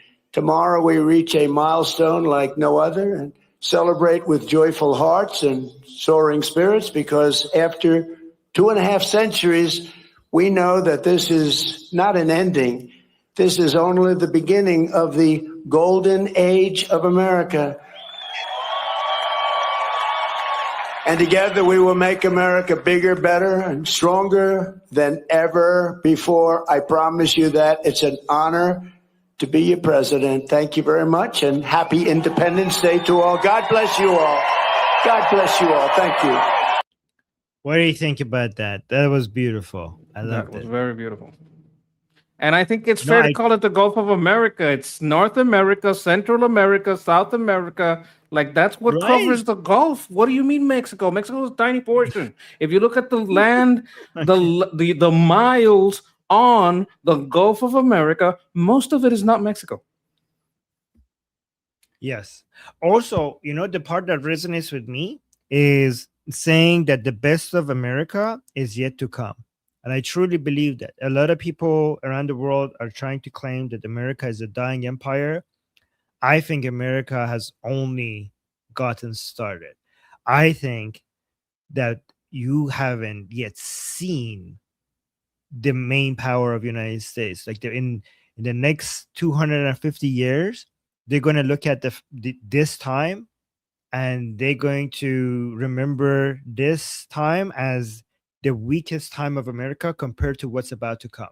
That's what I believe. The death of the multipolar fallacy and the rise of the unipolar reality. Oh, wow. Okay. That's another way of framing it. Okay. Here's another part of the speech that was really good. Listen to this. Tonight we come to this beautiful mountain, and it is beautiful, to express our gratitude to those who made it possible, starting with the 4 men most responsible for reaching this milestone more than any others. We salute the father of our country, George Washington, the author of the Declaration of Independence, Thomas Jefferson,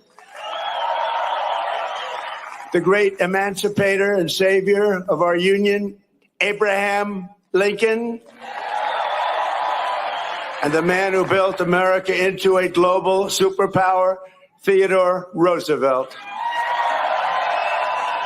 These are the men who declared the freedom, won our freedom, and saved our freedom, and secured our freedom.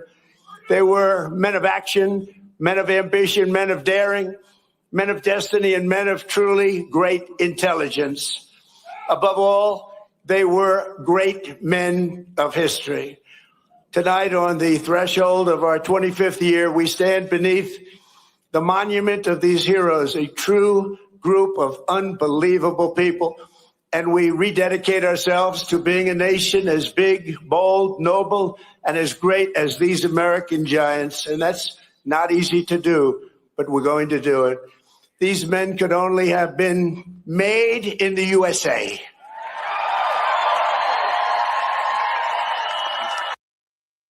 Wow. Okay. One more. Excellent. Excellent. One more for President Trump, and then we're going to go to United States enemies. You know. Yeah. Okay. So let's switch this. Be a communist, or you can be a patriot. You cannot be both. As for those who peddle Marxist lies about our heritage, who tell our children that we live on stolen land, or that our heroes were oppressors, they're doing something much worse than slandering our past.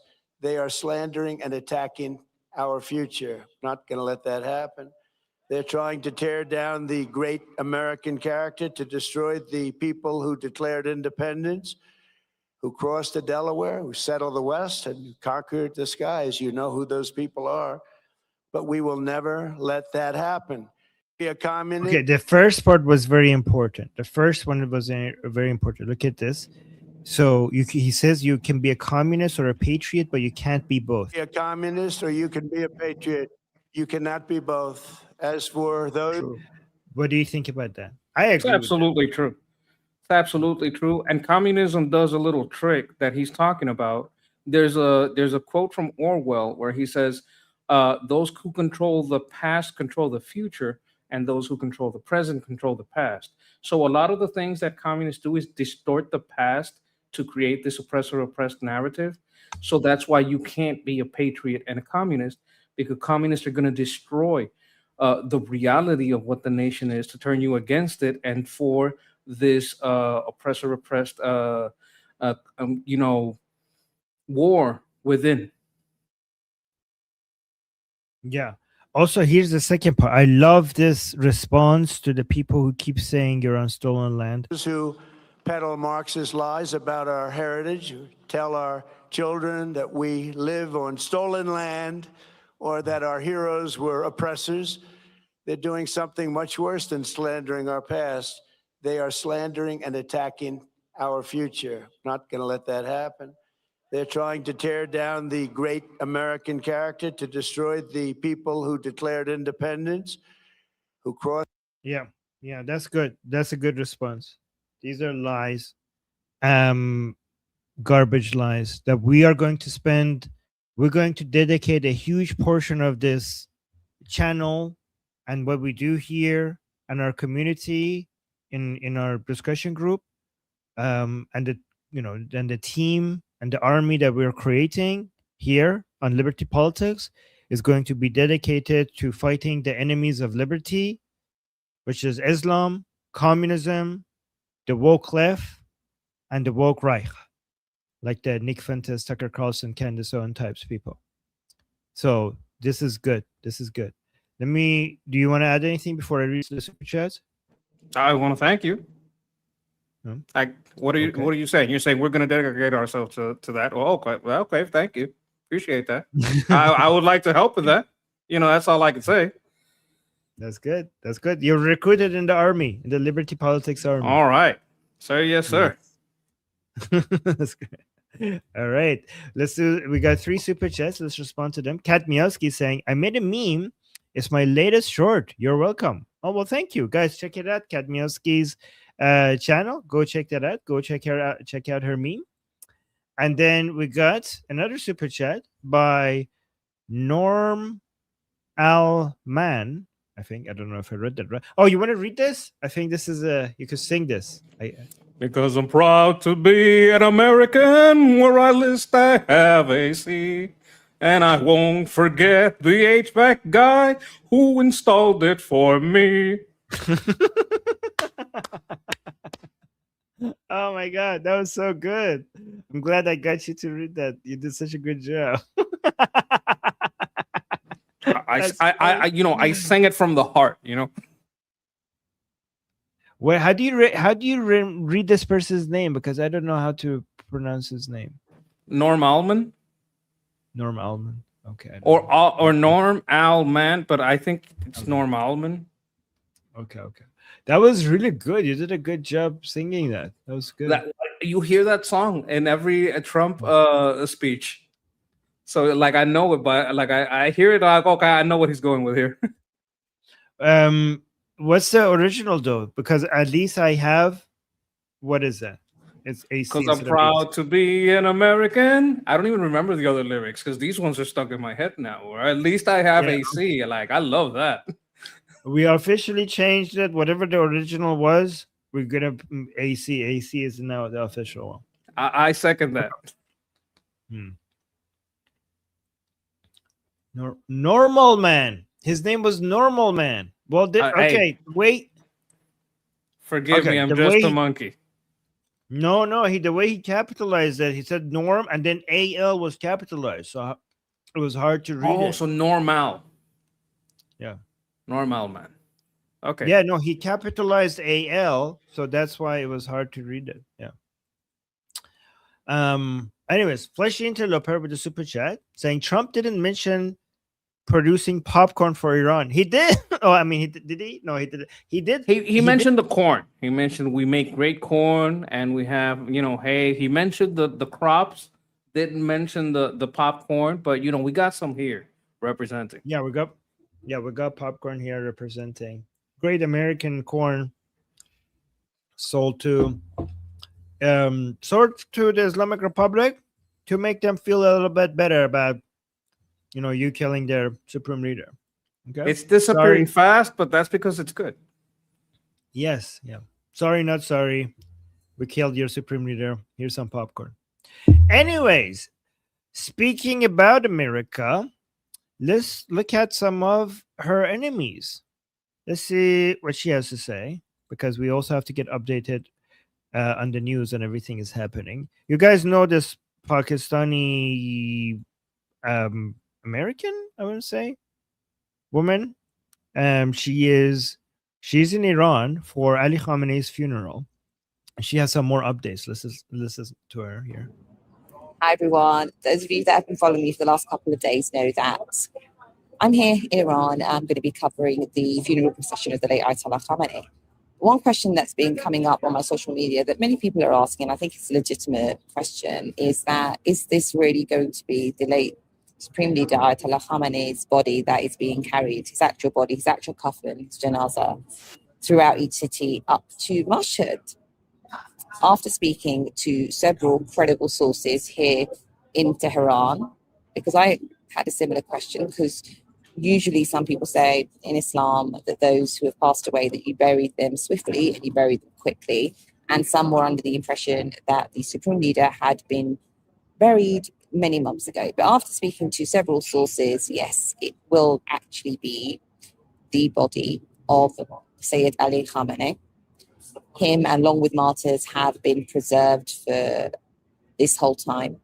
And partly because after speaking to some of the more religious authority inside of Iran, they decided that this procession would be much better to share with entire nation of Iran, and it would happen at some point when it was safe to do so, considering there was a backdrop of a war. So, and also the Supreme Leader requested in a will, I believe, that he wanted to be buried in Mashhad because that's exactly where he was born. So those of you who have asked the question, that is the answer. It will be him. He will be there in his coffin. He will be carried from city to city up until the end point of Mashhad, and him, along with his family, will be buried at the end of the 6th day. So she's confirming that this is un-Islamic, because so many Muslims couldn't believe that this would be his body, because Islamically you should have buried him a lot earlier. That's why she's trying to explain. They're like, God, we basically violated Islamic rules because people they decided that this is important, so we went un-Islamic with this. We broke the religious law because we wanted a big funeral. Yeah, exactly. That's a good summary. That's good. That's a good summary. Here she is again. Let's see what She sounds like she's from the UK. Oh yeah, she's like British Pakistani, probably. Good morning, everyone. It's 6 a.m. here in Tehran.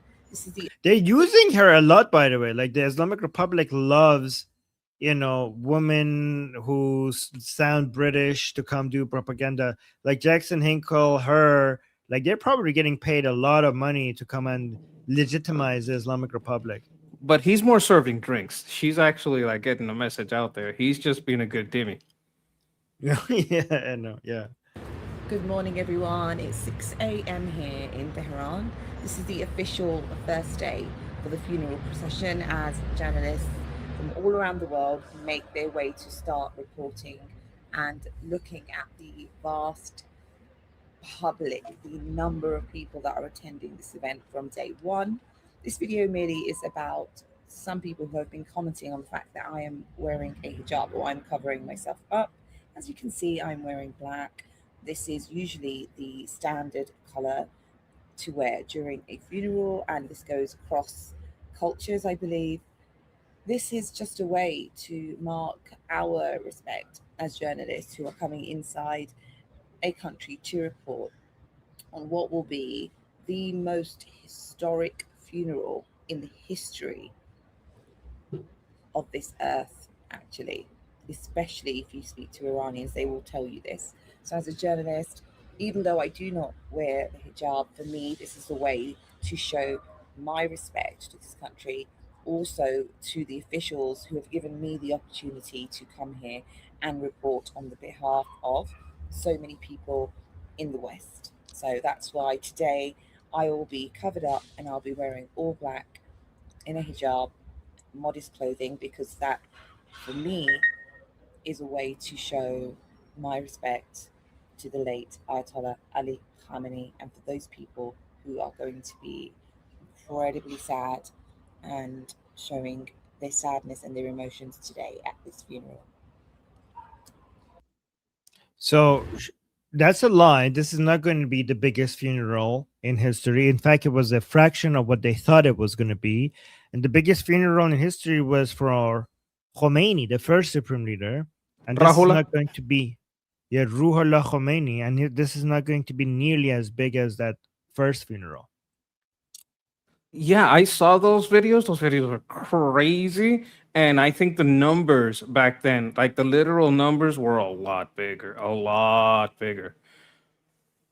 Yeah. They couldn't even completely fill that area that they had in Tehran for the funeral. So that is embarrassing. And okay, they're probably going to get bigger numbers in Iraq. The Islamic Republic is probably might actually, I don't know, get bigger numbers for Ali Khamenei's funeral in Iraq than in Iran. Do you guys think that? Let me know in the chat. Do you guys think that as well? So I don't understand that. Is there like they're gonna televise it? What does that mean? That they're gonna have bigger numbers in Iraq? Are the people gonna go from Iraq to Iran? Or is it just like No. there's gonna be a display? They're gonna take the body there and bring it back? How does this work? What's going on with that? So there are more Durka Shias in Iraq that are in love with Ali Khamenei than there are in Iran. Yes, but how are they going to have a funeral over there if the body's over here? Are they going to have a ceremony? They're going to take the body to Iraq. This is going to be a whole thing. Like, this is not over. The funeral is going to go on. They're going to take it around. They're going to parade it around a couple of, wow, this is like really big. That's not normal that's not an Islamic burial at all, right? Just parade the body around in a Tupperware container in the box. They're going to take the body to Iraq so that they could have the funeral there too, and they're going to bring it back to Iran, and then they're going to bury it in Mashhad. This is a multi-day event. Yeah, it's a corpse roadshow. Exactly. There's it go. It's a corpse roadshow. It's a little grim, but okay. I mean, it is a death cult.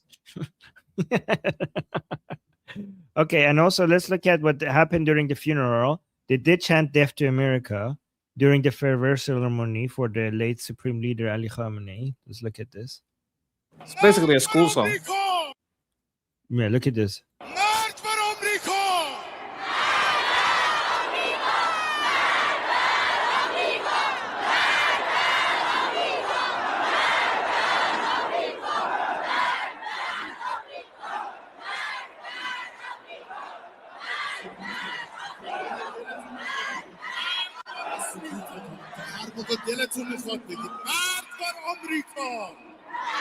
He said as much as you want, death to America. You know, the reason why he's saying that is because there's some rumors inside Iran that because of these negotiations, it's going to become illegal in Iran to say death to America.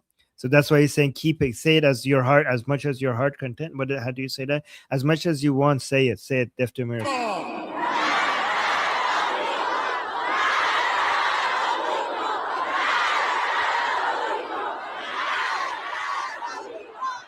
Isn't that lowering the bar? Isn't that like drastically lowering the bar? Like the bar used to be no negotiation. Now the bar is you're free to say that thing. Yes, yes, yeah, you're right. Actually, you just be happy that you could say that. Okay, look at this picture, by the way. They didn't fill it out. Like if you look at the previous funeral for Khomeini, even in open areas, people were having a difficult time to find space, and people died because of. But they couldn't. This area, they couldn't bring enough people to fill it up. Like actually surprised because I thought it's going to be so overflowing that so many people wouldn't be able to make it in. But not only they didn't able to do that, we have empty air spaces, so it wasn't overflowed with people. You see what I'm talking about at the bottom here? Mm, yeah, I do see it. Like right where the logo is, where it says Tasimi Life. Yes, Right I thought. around there. Yeah, right around Yeah, there. I thought it would get it so overflowed that people are going to be stuck outside, not be able to make it in. But it didn't even fill the whole area. And the other one, this would be packed, and the outside would look like this. I bet they only show Yeah, this because the outside is even emptier. yeah. And Gandalf is saying that's like 3 to 5,000 there at most. Yeah, this is pathetic. This is embarrassing. They promised us like so much more. Maybe you get better numbers in Iraq. Good luck in Iraq because this is embarrassing in Iran. Oh, Jackson Hinkle was there again reporting for us from inside Iran. He's saying look at the caption. Oh my god, this is how does he put the American flag there? You're supporting the enemies of United States. They let him go from the waiting staff long enough to make a little video. And like I love the fact that Twitter changed the flag. He always has to put the lion and sun flag. So he's saying there are no words to describe the pain Iranians feel for the martyred Supreme Leader. Are you kidding me? And he puts a heartbreak there, and he has the American flag in his, bio, profile name. Okay, look at this. Let's see what he says here. The coffin carrying the body of the martyred Supreme Leader is being moved from its temporary resting site to the Tehran Masala, the arch which it will lay for the remainder of the next 4 days while millions of people come to pay their respects. We are here one day before the funeral procession begins. The crowd here is absolutely heartbroken. People have come from all across the world to pay their respects. And as you can see here, there is no heartbreak like the heartbreak that we see today. To all of those that say that the Iranian people do not love their leader, look at this. This is true love, true devotion to an incorruptible man and a true leader. Whoa, whoa, whoa, whoa, whoa, whoa, whoa, whoa, whoa. Incorruptible. True leader. That's like what, 20 people? Maybe 30? This is the entirety of the Iranian people here? I don't know. Thought we were like, I don't think so. I mean, I'm sure those sad penguins are very sad penguins, but I don't know. These Durkas, I'm sure these Durkas are sad, but to say that this is proof of the incorruptible, I think it's very corrupt leader. Oh my God, I don't buy that at all. Is he the one that wrote that dirty book, or was it the other one? Ruhula. Which one wrote the book? Like you said, you talked about the dirty book, Tahrir al-Wasila. Yeah. No, the first one wrote that. The first one. He probably, put a stamp of approval on it. Oh yeah, for sure. But anyways, this guy is discussing, and this is treason to America, and somebody should do it, guys. This guy is big. Look at this. Just on X, he has like 4 million followers. This guy is huge, and the Islamic Republic is using him so much. This guy is betraying. How much action does he have on that tweet? Like how many retweets and that kind of interaction? Let me see here. Got 10,000 likes. I mean, for that many million, I don't know. It's fishy. I find that account fishy. Look at the millions here. Like if he has that many millions and he's getting that little action on an event that big, maybe he's propped up. Maybe there's a little funny business there. I don't know. Yeah, maybe. But he is famous, unfortunately. No, I know. Yeah. Yeah, screw this guy, by the way. But it's like this is so stupid. Like he's pointing at 20 people and like, look, the people who say they don't actually, you know what? I support this message. Listen to this. Yeah, I'll tell you why this is a good message. The coffin carrying the body of the martyred Supreme Leader is being moved from its temporary resting site to the Tehran Masala, the arch which it will lay for the remainder of the next 4 days while millions of people come to pay their respects. We are here Yeah, we saw 5,000 max. one day before the funeral procession begins. The crowd here is absolutely heartbroken. I mean, they're taking videos. I have an People idea. have come from all across. Yeah. Okay, so there's a song by this famous singer. She passed away called Selena, and she had a song called "Beady Beady Bum Bum." This guy is a dimmy dimmy dum dum. I'm gonna be someone go do a little video, have him serving drinks. Dimmy dimmy dum dum, shaking his little white booty, serving up some drink. Dimmy dimmy dum dum, dimmy dimmy dum dum. Okay. But like, wait. Okay, you do that. But wait, watch this. Oh, they have the song in the chat. Amor prohibido romuran por las calles. Sorry. Oh my God, I was trying to make a point here. Hold on. The crowd here is absolutely heartbroken. You know, if you're heartbroken, you're not going to take out your phone and try to capture this moment. You're going to be like crying and upset. Like, you know, for example, if you bring out, like, I don't know, if somebody in my family dies and you bring out their coffin out, you know, and I see like, oh my God, you know, my brother, my sister, my daughter, I'm going to be like, oh my God, this is the last time I'm going to see them. I'm not going to be like, hold on. Like, let me capture this moment. Like, I'm not going to do that. So it doesn't look like, that the type of behavior. But yeah, people have come from all across the world to pay their respects. And as you can see here, there is no heartbreak like the heartbreak that we see today. To all of those that say that the Iranian people do not love their leader, look at. So that's actually good. This actually works because he's confirming that everybody is saying that the Iranian people don't love their leader. And then his demonstration that is wrong is like, I don't know, 20, 30 people. So he is advertising the fact that is now known worldwide that the Iranian people don't love this scumbag. Like that is a good thing that he's advertising that. And then he's also showing that my proof against it is just 30 people. So that is actually a good thing. I think that backfires. It's also very tacky. Like, you know, there's people, there are very tacky people that will take a selfie with the corpse in the box. These people exist. Don't look it up. It's gonna be very tacky. But what they're doing here is very tacky, very crass, taking this kind of pictures around the body. I don't see a spirit of mourning here. I don't see sadness. What I see here is a spectacle. Yes, exactly. All right, let's go from one anti-American to another, Mario Nafal, this guy. So let's see what he's saying. There were talks about one more round of assassination strikes. Remember, the negotiations are not going well for the Americans. The Americans are seeing that they don't want Iran to control the Strait of Hormuz. So that could be an opportunity for the Americans to give the go-ahead for Israel to get rid of the leaders, the policymakers, the decision makers in the IRGC that are at the funeral that are against, that are not budging on the Strait of Hormuz. They're not conceding to the Americans. So that could be another way of mowing the lawn. And it doesn't have to be at the funeral, Karen. It could be, they could track them. Right. A week after the funeral, suddenly there's an assassination round. That's right. Yeah. So you asked about during the funeral. I think the chance goes much higher on the return, as they leave. And you know, Rubio, one of the things he was telling people, the State Department has been doing when he took his trip. One of the things he said is, "We don't want you to go." Remember the Saudis? He didn't want the Saudis to attend, but the Saudis did send a delegation.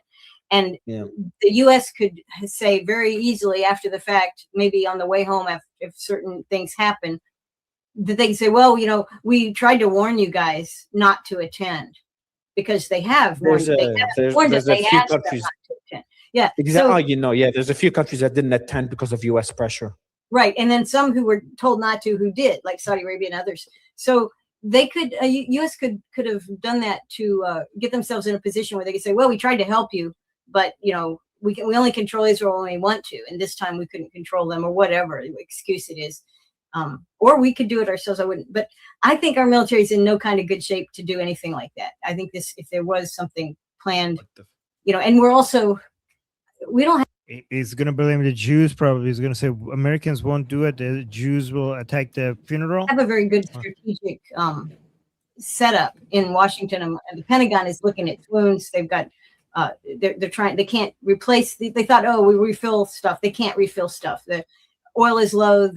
Everything is not good for us to sustain another wave of war, any type of war, whether it's against Iran or anywhere else. So we probably don't want to have it ratchet up, but Israel could care less about any of that.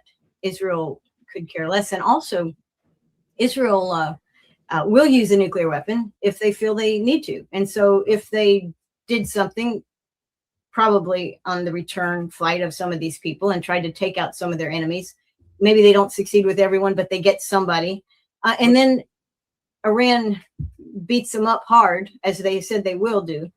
Then Israel can say, well, we got to nuke them. We can't live like this, because they don't really care about. They don't care about life, not even Israeli life.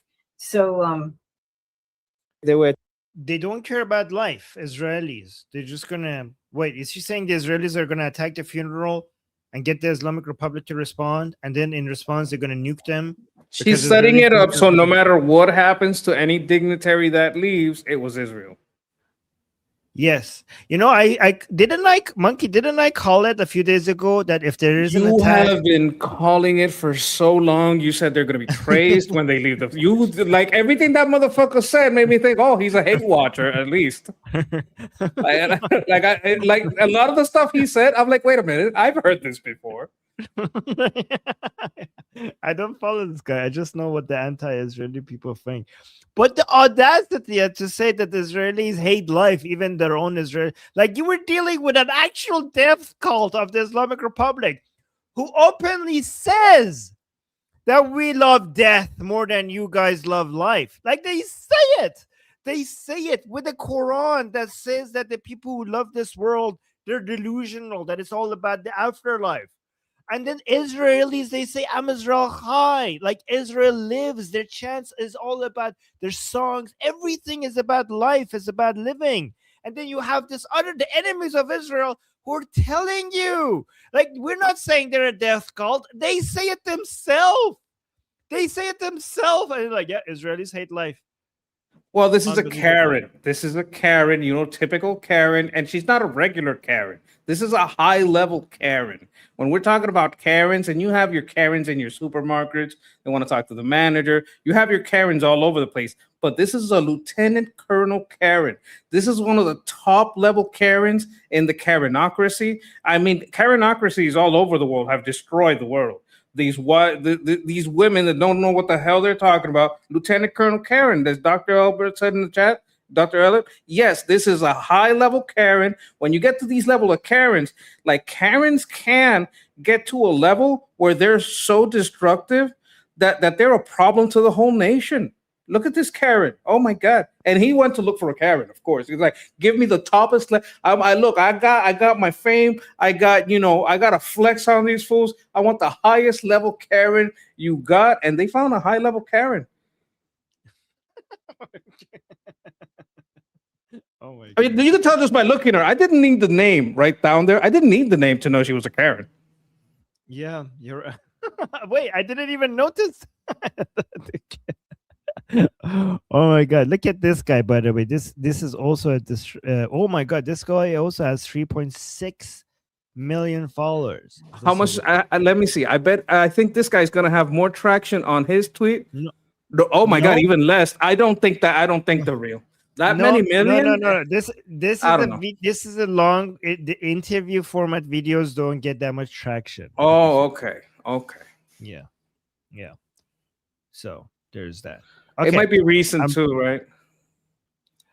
Yes. By the way, I have a whole team now because of your super chats.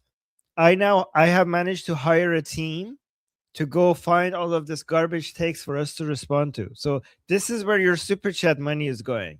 Okay. Oh my I God, you now gotta have- send some my way. So guys, I'm using your super chats. I have hired, like, I don't know if you've noticed, the covers on our live shows are nicer. So I've hired somebody who does cover. I hired somebody that goes research and finds these bad takes for us to review. Yeah, so this is where this is where your super chats are going to. Sounds fantastic. You guys are getting good entertainment. We're finding the Yeah. highest level Karens out here. Yes, I told him to go find the worst takes on the internet and send them to me, and he was like, "I got you." And here's the next one. Okay, wait, I'll play this. I need to go do it for a bio break while I play this. Okay, be right back. Well, for now, anyways, we at least have a democratic way that we can address this. And we're going to have an opportunity with the midterms in 2026.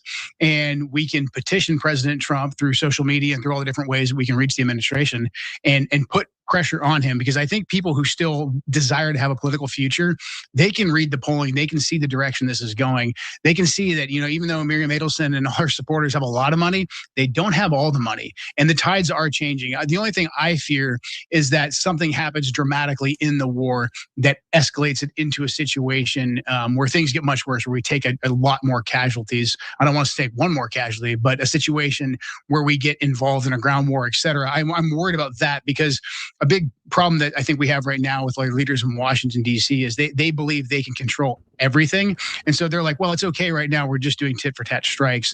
And because so few of them, I think, have experienced combat, they don't realize how unpredictable it is. So that does have me very, very concerned. But I just think in terms of the way these next two elections, the midterms and the 2028 presidential election, are going to go, this issue is going to be front and center. Like, there's not a consultant out there, I think, that can craft a narrative or a talking point that's going to let a candidate dodge this. And people are becoming more and more aware of how the money's moved, the AIPAC tracker, all those other folks who are out there looking at which Israeli lobbyist is giving money to which politician.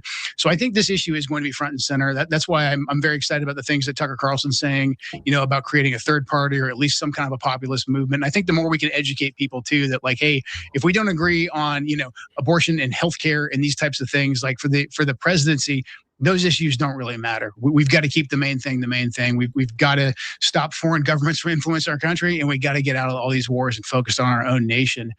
So I do have some hope there. I do think that's how this ends. That's why the Israelis are going for broke. That's why they're trying to codify it into law. But just like these things were done through the ballot box in some way, shape, or form, they can be undone through the same ballot box. Yeah, I share the same hope you do, that it's electoral, it's peaceful, democratic, and that's what's great about America. That's what we want. I'm proud of the left that has woken up and throwing out the bum incumbents. So they panicked about the revolution that would happen in New York and now Colorado. And so that's a beautiful thing to see. I hope the right wing throw out more incumbents. Almost all of them work for Israel. And so let's make this a political revolution, not a physical one, like 250 years ago. And our founding. They're being peaceful with their Jew hatred, Monkey. They're like, oh, it's the Jews that are controlling the United States. Let's kick them out peacefully. What do you think? They got a Karen, they got a Ken now. This is a low T Ken. That's a lowercase T at the end. So you got a Karen and a Ken. But you know what? Some of the things he said are factual, like a ground war in Iran would be difficult. The rest of it is just, hogwash, is I believe what some people call it. We don't have to disengage from the world. We don't have to isolate. There's a lot of good that we can do in the world, and allowing Iran to continue, it and its partners in Russia and China to continue this tendency to support the most tyrannical regimes and the oppressions of millions upon millions of people all over the world is terrible. And there's no other nation that's in a position to go against that for the good of the people in those nations and for America, because of freer trade, the markets enjoying the benefits of the goods that these and resources that these people can trade for profit, so that the lives of the Iranians are better, that the lives of the people who buy these necessary products are better, and that whole chain of commerce works well. All that working in a freer market, not a market that's leeching off the people, but a market that rewards the people for their hard work, and more fair a market for. It's not just for the IRGC. There's a lot of people in Iran, and these people, they're disgusting. I just really hate them. And then we had a Karen, now we have a Kent, low T Ken over here. You know what? I hate these people. I do have to also respond to two BS claims that they made. Right. First of all, it's so dumb. I'm trying to be more polite these days. Okay. For these people to keep acting like Israel controls United States. United States influence over Israeli politics is so much more significant than Israel over United States. Like, nobody could argue that. Like, to the point where so many Israelis are getting frustrated with the level of influence of America over Israeli politics. And the other way around, they keep talking about AIPAC. I mean, do these people not know AIPAC are Americans? People who are member of AIPAC, these are American Jews. So what do American Jews not have the right to influence the politics of America? Like, is that not their right to be politically active and donate to the politicians that they want? AIPAC, the members of AIPAC are all American. Do they not get this? Like, what do you think, Monkey? I don't understand. I think AIPAC, which only spends 95 million, right? And this is AIPAC, the super PAC, only spends 95 million. We should spend that money pointing out that China, just in FARA lobbying, spends 457 million compared to 95 million. Qatar spends, this is documented from the FARA lobby. You mean 456 say that again? Billion. Okay, you meant billion. Million. No, that's in the lobby, because there's also the influence operations in university. That's separate. I'm talking about literal counted lobbying, because we're talking about lobbying, right? These people are complaining about AIPAC lobbying. So I want to be specific to that and separate that from the billions that they spend in the university, right? If we're talking specifically about lobbying, just to do orange to orange, right? Lobbying from AIPAC is 95 million. Lobbying from China, direct FARA lobbying, is 457 million. Oh, nobody wants to talk about that. Lobbying directly from FARA lobbying from Qatar is 267 million. Oh, no one wants to talk about that. From Saudi Arabia, 310 million. Oh, why don't they talk about that? If lobbying is such a problem, well, this is like four times as much money. Why don't they talk about that? Lobbying from the UAE, $242 million. If we're going oranges to oranges and talking about lobbies, AIPAC is less than 100, and these people 250, 300 million, 400 million, 450. So why don't they talk about that? Because they're a bunch of hypocrites. And if we go outside that influence, China is spending around 6 to 7 million. Qatar is the only, the two top is Qatar. Qatar and China are at the top of influence spending in the Confucian institutes, the universities, the think tanks, the NGOs, the public relations. That's at the top, Qatar and China. Those two are basically duking it out at the top. They're followed by the Saudis, who spend about 4 billion, and the UAE spends about 2 billion. But these are billions and billions and billions of dollars in influence operations, millions and millions and millions, hundreds of millions of dollars in lobbying. If we're going oranges to oranges, we're going to cry about AIPAC. If we're going to talk about lobbying, they spend hundreds and hundreds and hundreds of millions of dollars in lobbying, and everybody's crying about AIPAC. It's just hypocritical. And if you go oranges to oranges in the comparison, it's absolute bullshit. 100%. And also, but it's also apples to oranges, because all of those examples are lobbies of other countries. So your AIPAC is smaller, but it's not even Israeli. It's American. In fact, I do criticize Israel. People are like, oh, if you criticize Israel, they claim that you're anti-Jewish. No, they don't, because I have been criticizing Israel over this. Okay, let me know if this is a fair criticism. Why do they not have a lobby in Washington, D.C.? Like, what are you doing? All of these other countries have lobbies. No, they Israel have. doesn't. No, they have spent a tiny. okay, Tiny, tiny. less 700,000. They're Yes, little they have a cheapskates. lobby. They're- It's very, very tiny. It's so and it's not APAC. It's not APAC. It's this other lobby.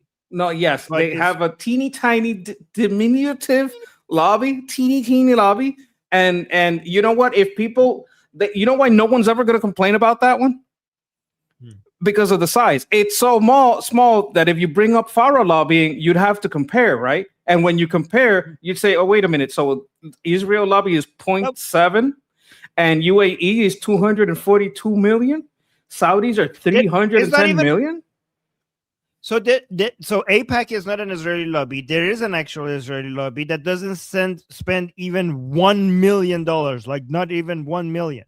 Why? But like Israel should. Israel should be lobbying, given that all of these other countries are lobbying the Washington D.C. Guys, the lobby for dentists in Washington D.C. is bigger than APAC. The lobby for dentists, and these people are complaining. You know, here's another thing that Fun Son mentioned, which is very true. You know, we say like these are American Jews. Why are you acting like this is an Israeli lobby? And Fun Son had the answer, saying, Armin, us Jewish are not considered a part of any country we live in, except Israel. So this is the anti-Jewish hatred. This is complete. This is exactly right. If you're Jewish, you're not seen as a citizen of the country. It doesn't matter if you're American, given that you're a Jew, you're Israeli. That's how they see it. Yeah, but those other people don't care. The people in the China lobby don't care. The people in the Qatar lobby don't care. So you might as well spend the money, right? Because you got to understand. It's about being practical. I see it as a matter of being practical. If I was IPAC, I'd spend all the money just going for the China Farah lobby. Oh, are you bought by the China Farah lobby? And going after senators like that because they spend that much money and put the number real big out there. That's what I would be spending, like using the same tactics that they used against APAC.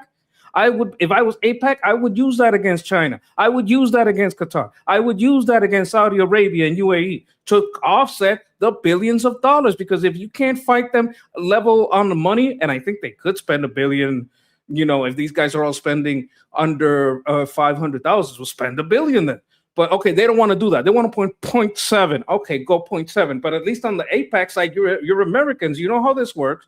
You know how this game is played, right? So you see how they're attacking APAC. Use their strategy against them. Use their strength against them. Go, you know, do a little bit of, you know, Brazilian jiu-jitsu on them and let them lean into you and use their strength against them. Then strength is pointing out who is getting paid. So find out who is getting paid by this China lobby. Find out who is getting paid by this Qatar lobby. Find out who is getting paid by these lobbies because they're spending a lot of money and they wouldn't be spending it if they're not getting a return on their investment.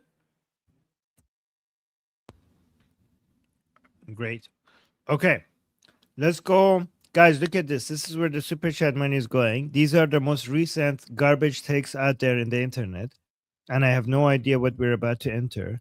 But we could yeah. Monkey, you could tell me when to pause whenever you want to respond to this, okay? Because this is like 5 minutes. Okay. Okay. Get ready. Acceptance. Do you think that she had something to do with it? She was complicit? I think they're talking about Charlie Kirk's wife. Acceptance. Do you think that she had something to do with it? She was complicit? Or we were talking about Something to do with it? They're talking about Charlie Kirk's assassination. this earlier. I came here from Boca Raton 4. It's the shallowest fucking place on the planet.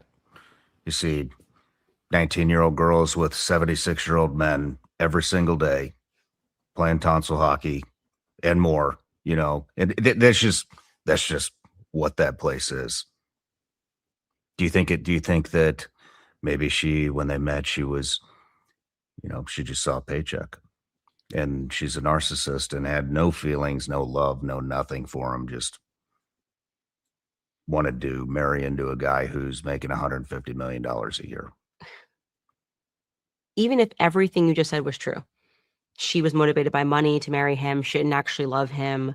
Let's even add that she hated him secretly, right? When someone dies like that, you still have a human reaction. Mm-hmm.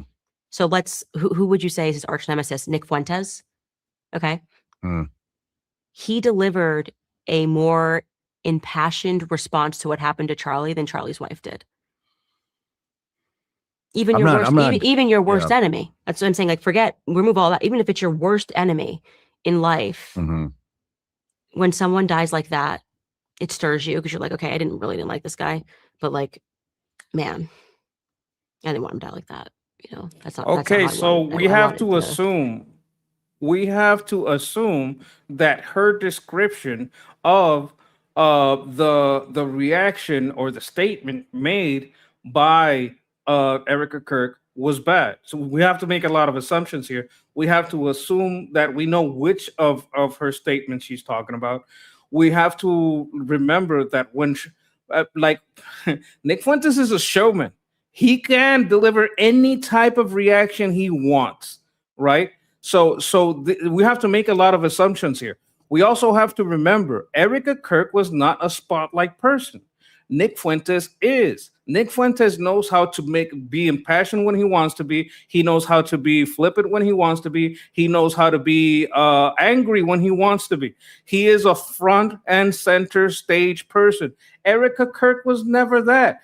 Like, maybe she was in shock. You don't know why she gave I'm guessing because I don't know what the hell she's talking about, which response she's talking about, and she lies a lot. So I don't know what statement she claims was not impassionate enough. But you know what? When you live with a person, you have their kids, there's also a lot of what I call poisoning the well, right? Because if you're going to talk about her reaction, talk about her reaction. You don't have to talk about how the people in Boca Raton are after people for money. So there's a lot of poisoning the well into what her motivations are. And then presupposing they're all real, and then making her reaction worse. So you're saying, okay, so all these are bad people. She might have just been like this, bad people, but because of this, she's even worse. So what you're doing is you're playing a game in their mind where what you're doing is seeding, right? You're saying, okay, for you to be able to understand this argument, you have to make presuppositions in your mind for you to be able to continue to follow the logic of this argument. So let's say this, let's say that. I'm not saying it, but I'm saying let's think of that. Hold that thought in your brain. This is like a technique so you can get someone to accept the position in their brain. You say, well, I'm not telling you what to say. We're just doing a little thought experiment. So in this thought experiment, she has effectively turned Erica Kirk into a shallow, vain person, and he's helping, right? And he's helping. He's like leaning into it, right? And making a whole bunch of presuppositions, then assuming they're all correct and claiming that this is for a thought experiment. Doesn't matter. If you know how the brain works, you know how the brain works. You're seeding that possibility in there. And someone that might have thought before that's not even possible, because you're making this thought experiment, you're forcing that perspective in there and creating that doubt. And then you're saying, if all these conditions are possible, then she is even worse because of this other thing. You understand what I'm saying? This is a manipulation tool. Yeah. Yeah. And why are they even, shortly before we continue, why are they even going after Erica? Like, what's the point of this? Why are they attacking her? Because there was a podcaster right. The podcaster right was led by Charlie Kirk. He was like the most effective communicator, had the most connections. He had the most effective rhetoric. That was, let me see how I can put it, improvised. He had the most effective improvised rhetoric. Like, what he practiced it through debates, but he had the ability to debate someone and be compassionate and not get into the mean side. because when people debate, sometimes it gets a little mean. Yeah, but why are I know, but why are they a short answer? Like, why are they attacking? Short answer, he was the leader of the podcast right, and anyone who wants to be the leader of the podcast right has to attack that organization so that it can't lead the podcast right. Oh, okay. You know, debate him. I was having fun hating him, whatever it is. That we couldn't get that from his wife. And when I go back, because I think I did suffer, my sister said to me, you know, right away, she came down, I couldn't eat. And she said to me, Candace, you need to recognize that, went to watch. Anyways, I'm done with her. Let's go to Nicholas Fuentes. These people are crazy. Let's go now. To look at the other thing she did is she laid out how she was much more better and much more brokenhearted by laying out a bunch of stuff that no one can prove about stuff she did in her own house. So she's casting a whole bunch of doubt and reasons why this person is even worse than what they talked about at first. Then she sees herself as this good and broken up person that's really hurt by what happened. Even though it might be false. We don't know what happened in her house. Yeah, it's all just performance based. It's a bunch of garbage. And manipulation. Manipulation, yeah. Okay, let's see what this garbage person is saying now. Charlie Kirk was killed by Tyler Robinson. He was. Tyler Robinson's transgender boyfriend sold him out. His parents turned him in. His DNA was found at the scene of the crime. His grandparents' gun was found in the bush, discarded after the killing. Tyler Robinson was the killer. He confessed. And what was Tyler Robinson? He was part of the radical left. He was in left-wing Discord servers. He organized with left-wing students. He was one of these people that would have been in favor of Zohran Mamdani. He's a radical left, trans liberation, socialist progressive, hick lib. That's what he was. He killed Charlie Kirk. And what immediately happened after Charlie Kirk died is all of a sudden there was a mandate from an angry nation, which was unequivocally destroy the radical left. Everybody in America was horrified by the violence. Everybody other than the most extreme elements on the left. Young people and old people, black people and white people, men and women, boys and girls, gay people. Everybody was horrified that Charlie Kirk was gunned down, gushing blood out of his neck at some campus college event. And the mandate was unequivocal, which is find the culprit, destroy them. And that's exactly what the government was going to do. Didn't they say Stephen Miller and Vance were on the case? I'm waiting to see when the Jews get involved in this. Just waiting. And they were going to root out and destroy DSA in these socialist cells across the country. But then what happened? What happened right after that is all of a sudden everybody started to muddy the waters and blame it on Israel. Hold on a second. Suddenly there was this narrative. Okay, so the fight here isn't like, you have to understand, these people also fight each other to be the leader of the podcast, right? So like the Jews may be in here, they may not, but there's another fight here, and there's a fight to be the leader of the podcast, right? Nick Fuentes is skillful. Like you have to you don't have to like necessarily fear your enemies, but you got to understand them and recognize what their strength is. So he is going to make a better case that these people are a bunch of frauds, a bunch of fakes on the podcast, right? That, along with him, but them also. And I think that's what his fight is. So he might not get into the Jews, but if you want to use him to dismantle Candace, hey, you know what? He's going to dismantle this. It is true that they were muddying the waters. They worsening the things for the investigation. They made everything worse by making all these doubts about the killer. The killer was pretty obvious. So what he is doing is establishing himself as a leader of the podcast, right? Because he's speaking the obvious truth instead of muddying the waters, as he says. So he has this idea that there is this thing called low IQ anti-Semitism, basically considering himself to be high IQ anti-Semitism, right? And so, for example, here with Charlie Kirk, he's attacking people like Candace Owens, calling them low IQ, blaming Charlie Kirk's assassination on Erica and Turning Point America and Israel.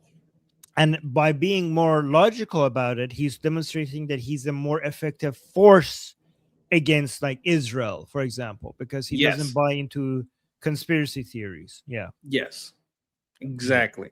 So he would want he would want the low IQ and the high IQ, and to make the low IQ feel high IQ, even though it's all pretty dumb. Yeah, exactly. To feel more sophisticated. Like he doesn't want the Candace Owens of the world to take away the anti-Israeli audience from him.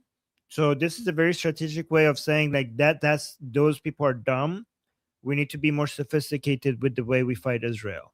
He also may be afraid that the ones that have been won over into the anti-Semitic right are going to be pushed away and stop believing, because the things that are being said by Candace Owens and Tucker Carlson are such sensationalist lies that people are like, you know what, maybe anti-Semitism is bullshit, because what this lady is saying is blatant bullshit. So what have I been believing? Like, at some point, the lies get so stupid that you just quit. And he's like, wait, don't quit this anti-Semitism stuff.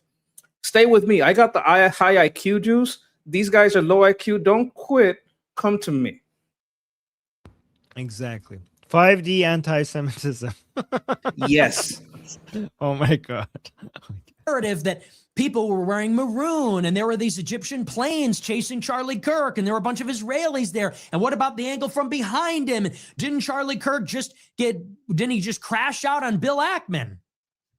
Would you like to know where this narrative originated? The narrative that Charlie Kirk was killed by Israel originated in the gray zone with Max Blumenthal. Max Blumenthal is a Jew. Max Blumenthal used to work for the SPLC, the Huffington Post. Oh my God. Even when you want to not blame Israel, you still have to blame the Jews. He's basically aligning Candace with the Jews. He's like, she's basically saying Jew stuff. Oh my God. Yeah, Candace, you're trying to attack the Jews, but you're being controlled by the Jews. There it is. Guys, even when you want to basically defend Israel, you still somehow have to blame the Jews. Well, he's the high IQ anti-Semite, but he's still the anti-Semite. Yes, there you go. I was waiting for this. It's always the Jews. Even if it's not Israel, it's still the Jews. Oh my God. YouTube, we're like making fun of these Jew haters, okay? So this narrative that people were wearing maroon and there were these Egyptian planes chasing Charlie Kirk and there were a bunch of Israelis there. And what about the angle from behind him? Didn't Charlie Kirk didn't he just crash out on Bill Ackman? Would you like to know where this narrative originated? The narrative that Charlie Kirk was killed by Israel originated in the gray zone with Max Blumenthal. Max Blumenthal is a Jew. It's a Jew, guys. You know, it's amazing how he says it as if it's like he's a Jew. Oh my God. What I hate about this narrative is that it makes up like there are at least four types of Jews, right? And they can kind of mix. There's right wing and left wing. There's secular and religious. And two more, there's genetic and by faith. Like you may have converted to the faith, or you may just be a Jew by blood and you don't believe in anything else. So there's different, like making a monolith. And if any of these six types, if you are any one of these six types, then you're working together with the other five types with one singular goal in mind. It's ridiculous. It's extremely ridiculous. Yeah, somebody in chat saying Nick Ventus is much more dangerous than Candace Owens. Yep, absolutely. Yeah. Max Blumenthal used to work for the SPLC, the Huffington Post, Slate, the most far-left publications that are out there. And you think this guy criticizes Israel? He was out there doing hit pieces against David Irving, the Holocaust, the World War II historian that happens to be a Holocaust revisionist, for the SPLC. Wow. He's a radical leftist. He's a socialist. And Max Blumenthal is the one who initially promulgated the false narrative in the gray zone that Charlie Kirk might have been killed by Israel. Max Blumenthal made up the story that Bill Ackman crashed out on Charlie Kirk. He made up the story that Netanyahu tried to pay Charlie Kirk $200 million to stop criticizing Israel. Neither of those things were true. Bill Ackman brought the receipts. It turns out that Charlie Kirk asked for a meeting with Bill Ackman, selected the people that attended the meeting, and all those people then went on a trip to Israel after the retreat. Hold on. This 200.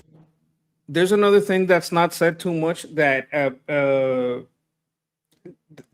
okay, so Charlie Kirk was upset with like Netanyahu's government and all this, but it was because they were not being effective enough at defending the Jews and defending Israel. He was like, no, you got to get on the social media stuff. You got to get on. Like, he wasn't trying to go against them. He was trying to train them, to teach them how to be media savvy. Like, those emails are out there. Like, he was trying to actively help Israel. Like, I think that's one of the reasons that Nick didn't get along with him, right? So he in being truthful about this side, and exposing people that, yes, the SPLC is evil. Like, he may be telling the truth about all of this, but caging it in, this left-wing thinking person that might be a Jewish by blood or by faith or by whatever, because apparently they're a monolith, has anything to do with this great conspiracy. It doesn't make sense if you think about it long enough. But if you are already a person that has been persecuted online or by whatever means, or have seen the persecution of the Huffington Post, of the SPLC, and if these connections are true, then you're going to think, wow, you know what? Those are bad people. That does sound like if he worked for those people, oh my God, that person would be very much, anti-Charlie Kirk.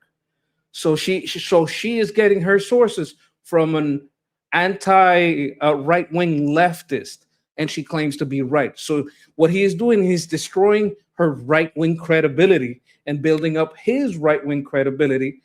But we know it's all in the guise of, this high IQ anti-Semitism.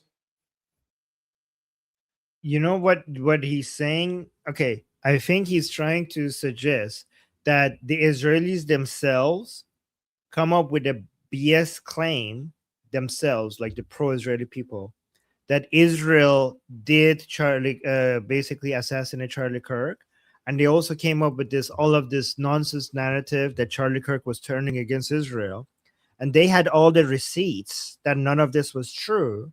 So he's basically suggesting that Israel itself spread this nonsense that Charlie Kirk was against Israel, that Israel assassinated Charlie, so that the anti-Israeli people fall for it, and then once they start spreading that lie, then Israel shows up with the receipts and embarrasses them.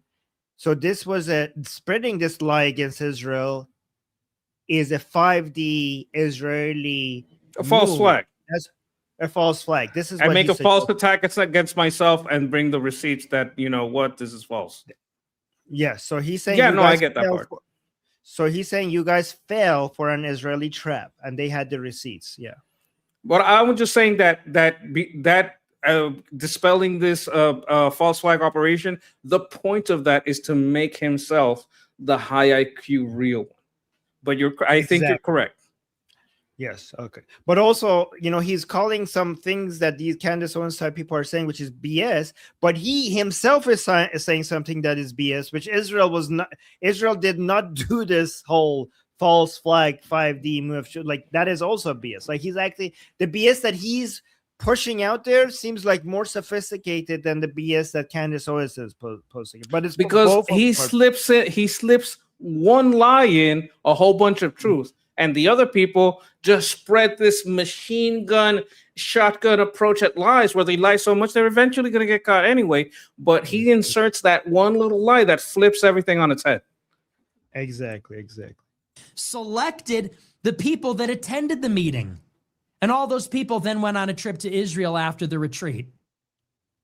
This $200 million contribution was never corroborated by any other source. But that was the story that everybody took, Candace Owens included, and it was off to the races. And you know who else was pushing this narrative all over social media? The American Communist Party. The American Communist Party, headed up by Hazal Dink and that other nitwit Jackson Hinkle.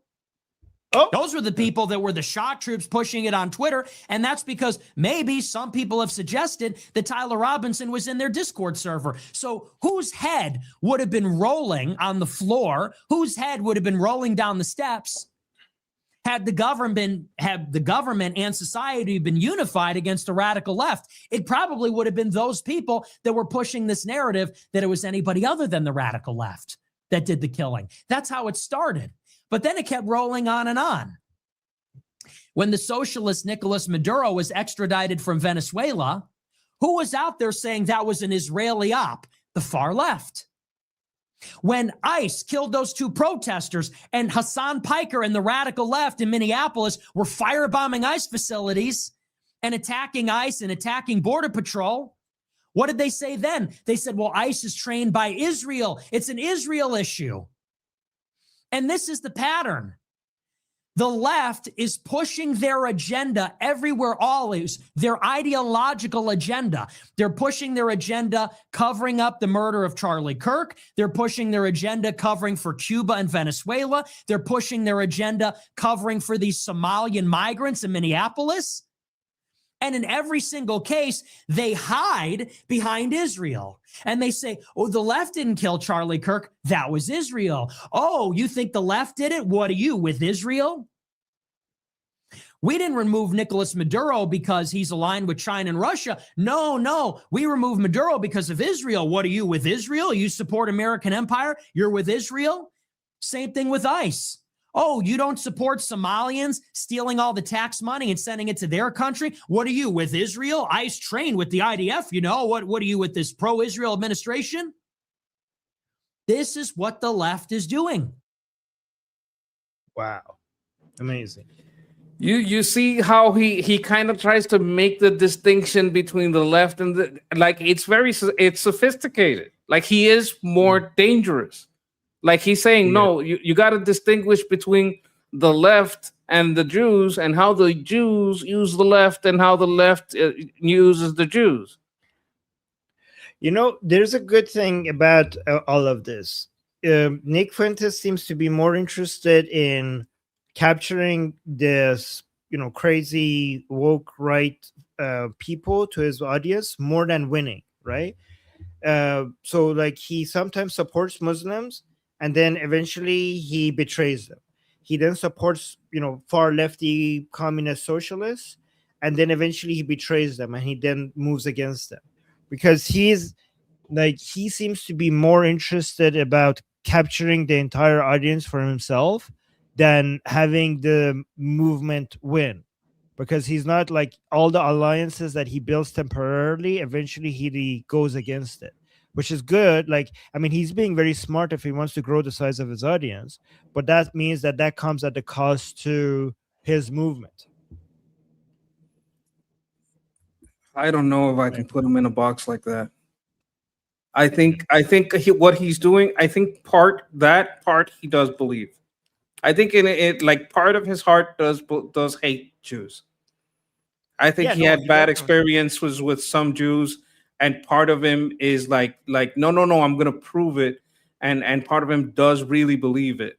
Like, as far as like the movement, so why does he switch from side to side to side?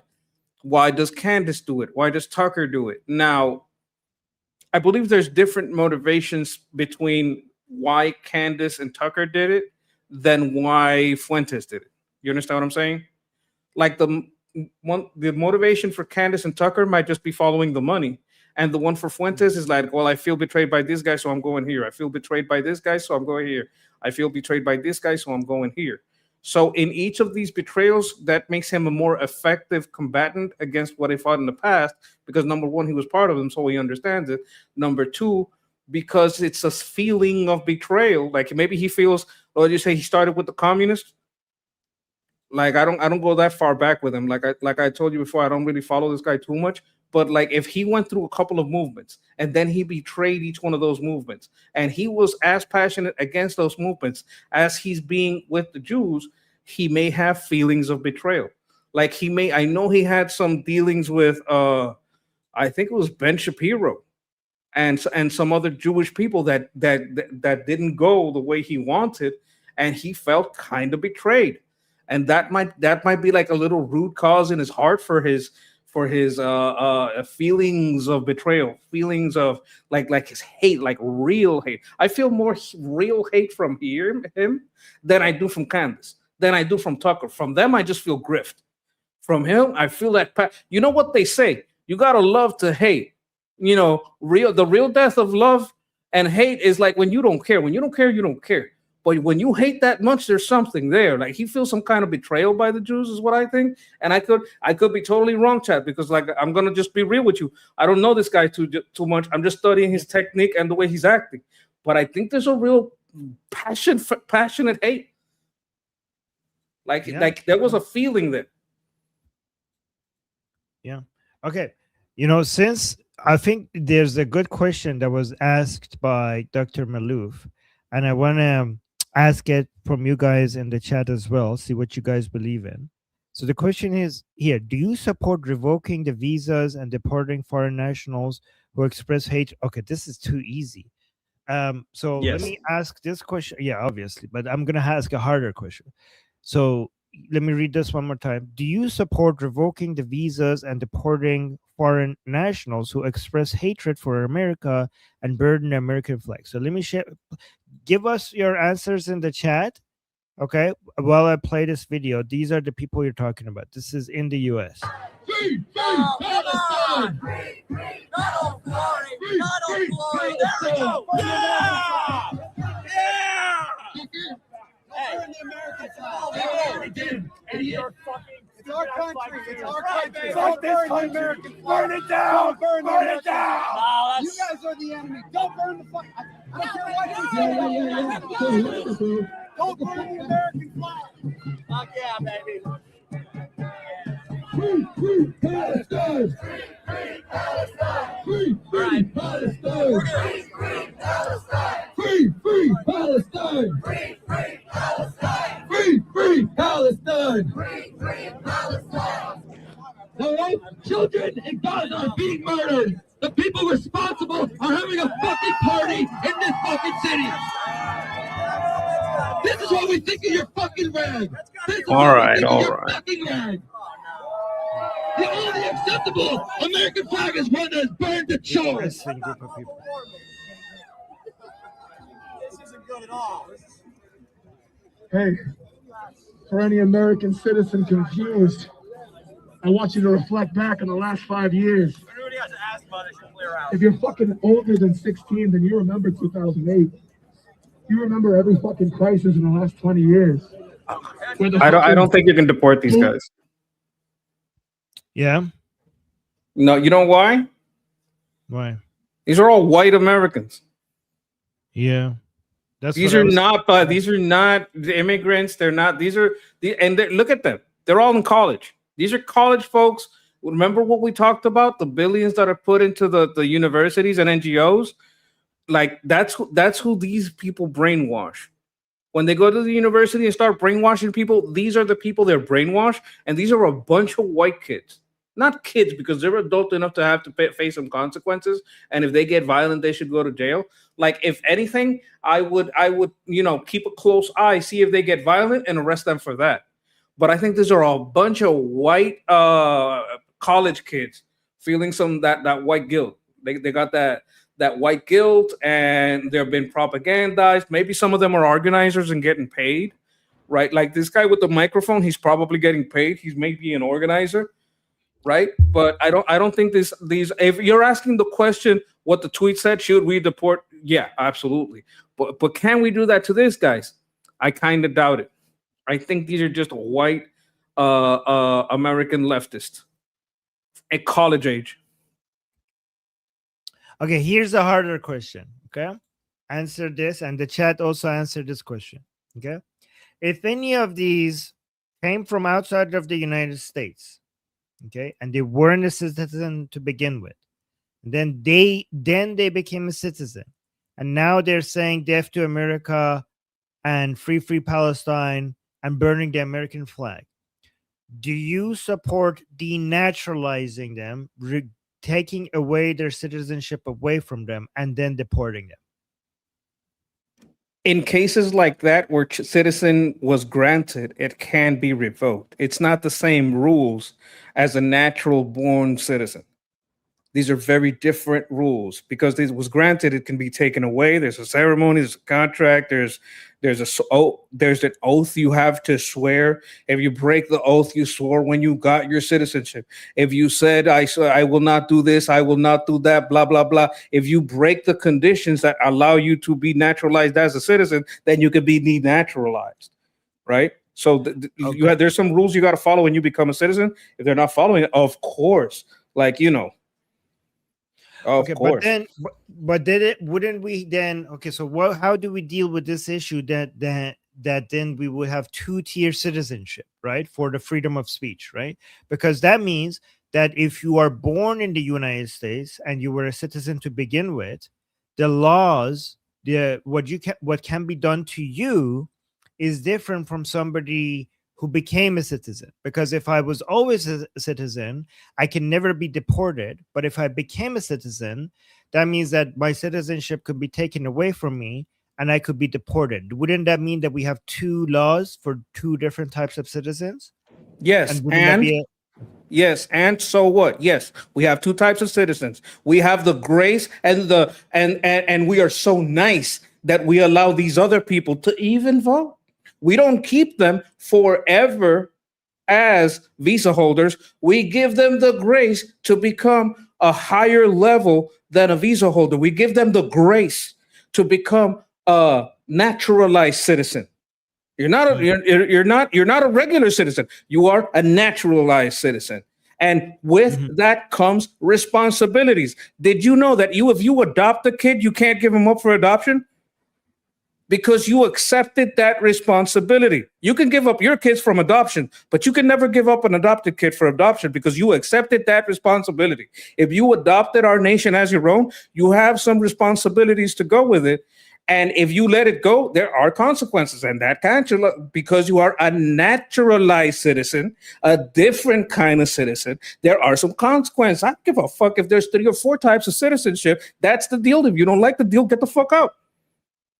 Wouldn't that violate? I'm asking, by the way, just to see what your opinion. No, devil's advocate. I get it. Ask away. Yeah. So wouldn't that violate this Western value principle of equality under the law for all citizens? No, because citizens and naturalized citizens are two types of people. We already established that it's not the same. You can't, have a value is not the same as a law. The law is the law. The law doesn't care. Like, we can stretch values and theories and all that to mean whatever, but the law is the law. The law says you have to accept these conditions. You can't lie to get in here. You can't lie about the reasons that we allowed you to become a citizen. And if all that's a lie, we will cancel those privileges. Like, driving is a privilege. There's a lot of things that are privileges, right? And even a regular citizen, when they break the law, when they do things that they're not supposed to do, they go to jail. Like the remedy that we have for people from within our nation, when they break our laws, we put them in jail. If you're a naturalized citizen, there's a little bit more scrutiny because we have to protect ourselves from the outside, which is why you're a naturalized citizen, not a regular citizen. Yeah, got that part. Already got that part. I do feel like we need to talk to a constitutional lawyer regarding whether, based on U.S. Constitutional law, there is a difference between. I mean, I wonder to be a practical solution to this, but I do want to figure out if, based on the U.S. Constitution, there is a difference under the law between a naturalized citizen and a born citizen. Marco Rubio had a video about this exact thing. Like, he expressed it better than I can, and I think he read some of the laws out. So he would be the person, because he's the State Department. No. No, he was talking about people with green cards, not citizens. I know what you're referring to. And he was right. Like, he was 100% right about that. He's Okay. talking about he's talking like free speech doesn't apply to, the same level of free speech doesn't apply to people with green cards in the United States compared to citizens. That's the distinction he was making. He wasn't making the distinction between born citizens and naturalized citizens. He was talking between citizens and green card holders, and he was 100% right. But I do want to, I think this is worth investigating. Okay, let me actually respond to super chats because some of them are relevant to what we just talked about. Amir gave a super chat earlier saying corpse parade. Yeah, this was in response to Ali Khamenei's funeral, saying I wish it could be like what is this? Achilles Hill to Hector. Huh? Right. Achilles to Hector? No, Achilles. No, not just Achilles Hill. Achilles to Hector. I don't know what this means. Do you know what this means? Achilles. Okay.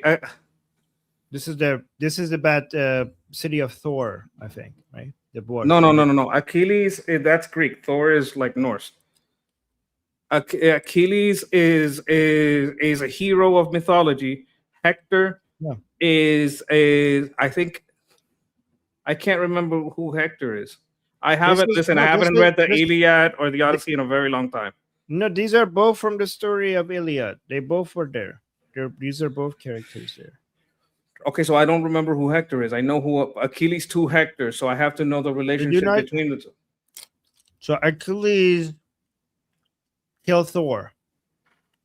No, sorry, Hector. Sorry, I don't know what I'm saying. Achilles killed Hector. So Hector was okay. Did you watch the movie? Like when he paraded his body in front of his father, like dragged his body. Remember the movie? That's him. Yeah, that's Hector. Okay. Yeah. Okay. Oh, now I get it. Corpse parade. Okay, now it makes sense. So that scene. Remember the scene? Achilles was dragging Hector's body in front of all the people in the city. So corpse parade. Now it makes sense. Okay, got it. Okay. Okay. All right. Okay. Okay. So, fleshy interloper saying reasonable people. Oh yeah. Okay. Yes. Exactly. Reasonable people. I mean, they are reasonable, but for crazy, they have crazy goals, but they're reasonable in their evil ways. And then we have Hezi saying for the next Karen. Yes. So guys, Hezi is referring to the fact that the super chats are being spent on hiring people for me to find these videos for you guys to show. By the way, guys, I know some of you don't like watching these garbage people with their garbage views, but we don't want to be living in an echo chamber. Let me know in the chat if you agree with this. We want to become experts in who our enemies are, and be aware of their existence here. So do you guys agree? So do you guys want me to, I have a whole team now, and they go and find the worst takes and the enemies of liberty and the woke left, the woke right, and communists and Islam, and they send it to us for us to watch here and be aware of all the threats to civilization and to liberty. And I think this is a good way for you guys when you come to these streams, you make it from the beginning to the end. We make it so that every time you watch one of our live streams, you become very aware of the latest updates from all our four enemies, all the enemies of liberty, right? Is that good? Yeah, people agree? Yeah. So I want to make this stream the most effective 3 hours of your time for you to get a full update on where we are at and what our enemies are saying. Yeah, I agree. Right? Yeah, that's good. Okay. The Kens and the Karens. Yes, the Ken. Yeah. So guys, that's what we're gonna be spending the super chat money on, is for my research team. Fleshy Interloper, thank you so much for the super chat, saying please Tucker found garbage party. What? I think you're saying please Tucker start your own garbage party to divide the right. Is that what he's saying? Yes. Okay. Yes. That would be good. I do think if Tucker does do that, it would help us. Oh no! I think I think he is going down Like, I don't think Yeah. he's becoming more popular. I think he's becoming less popular. I think there's a lot of astroturfing. I think he would clean up the worst from the right, and the worst from the left will go there under his Yes. party. So some people are worried that maybe he divides the right, but honestly, it cleans up the right. That's a Take them away. possibility. Yeah, I know. Say it with a super chat saying, effing cowards hide their faces. Oh, I think you're referring to these people. Yes. Yes. Look at him. Look at this guy who's hiding his face. Look at like, have you ever seen this much hate for America expressed in America? Look at this. Look at the way he Look, some of these look at this guy. Look at the one with the baseball cap, the one that's not hiding his face. Look at him. I swear to God. If this guy swings, the other one's going down so fast. They can't take him. This is a man. This is a high school, not a high school, a college kid. Like, people underestimate the strength of a man that's like in his 30s and he's like a real man out in the world.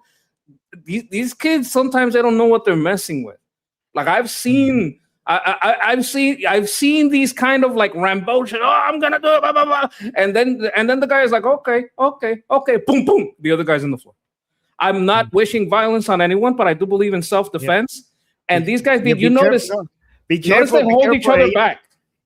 AI, be careful with the AI algorithm, okay, guys? We're not encouraging any violence. Violence is bad. Be careful with that. Yeah, be careful with this wording. Yeah, if he defended himself from an attack, and notice something, you know what happens here? I know what you mean, but don't even go there. Because okay. But I want you to notice that they are holding each other back.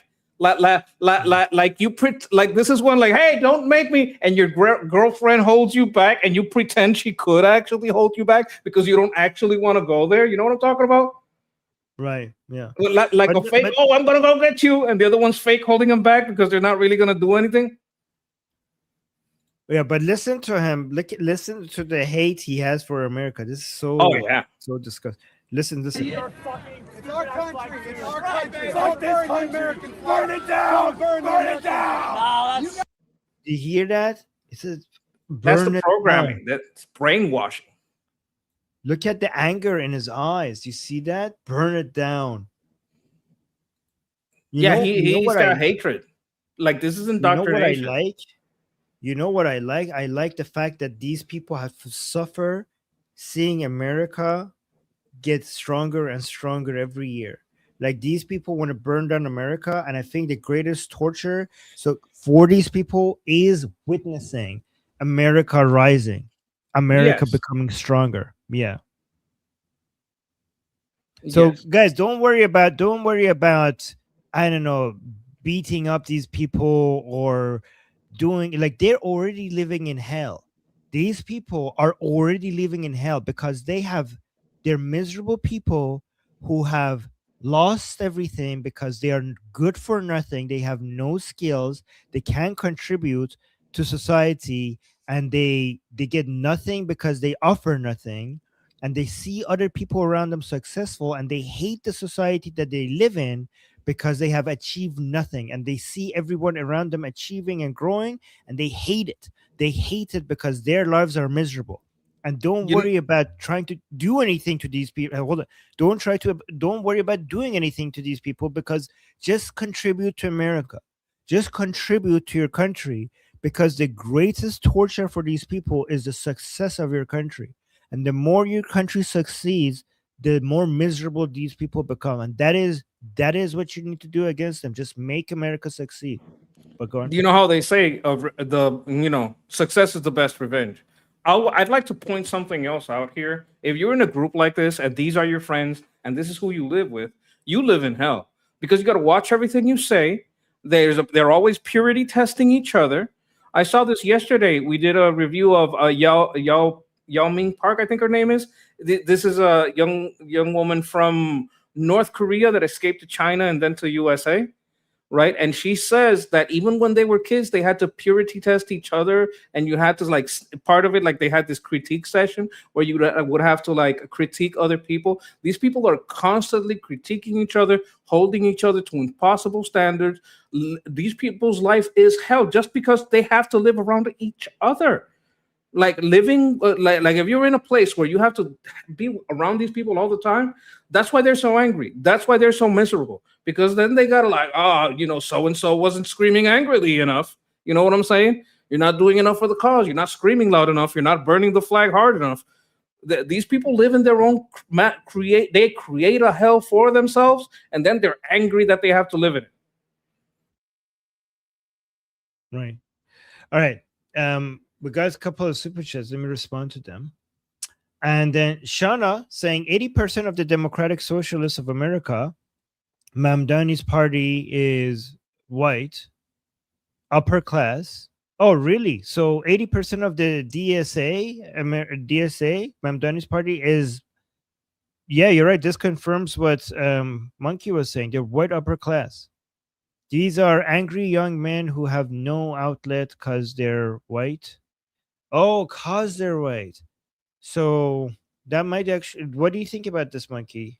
Do you think anti-white racism actually contributed to these people being so lonely and let go by the society? That listen, yeah.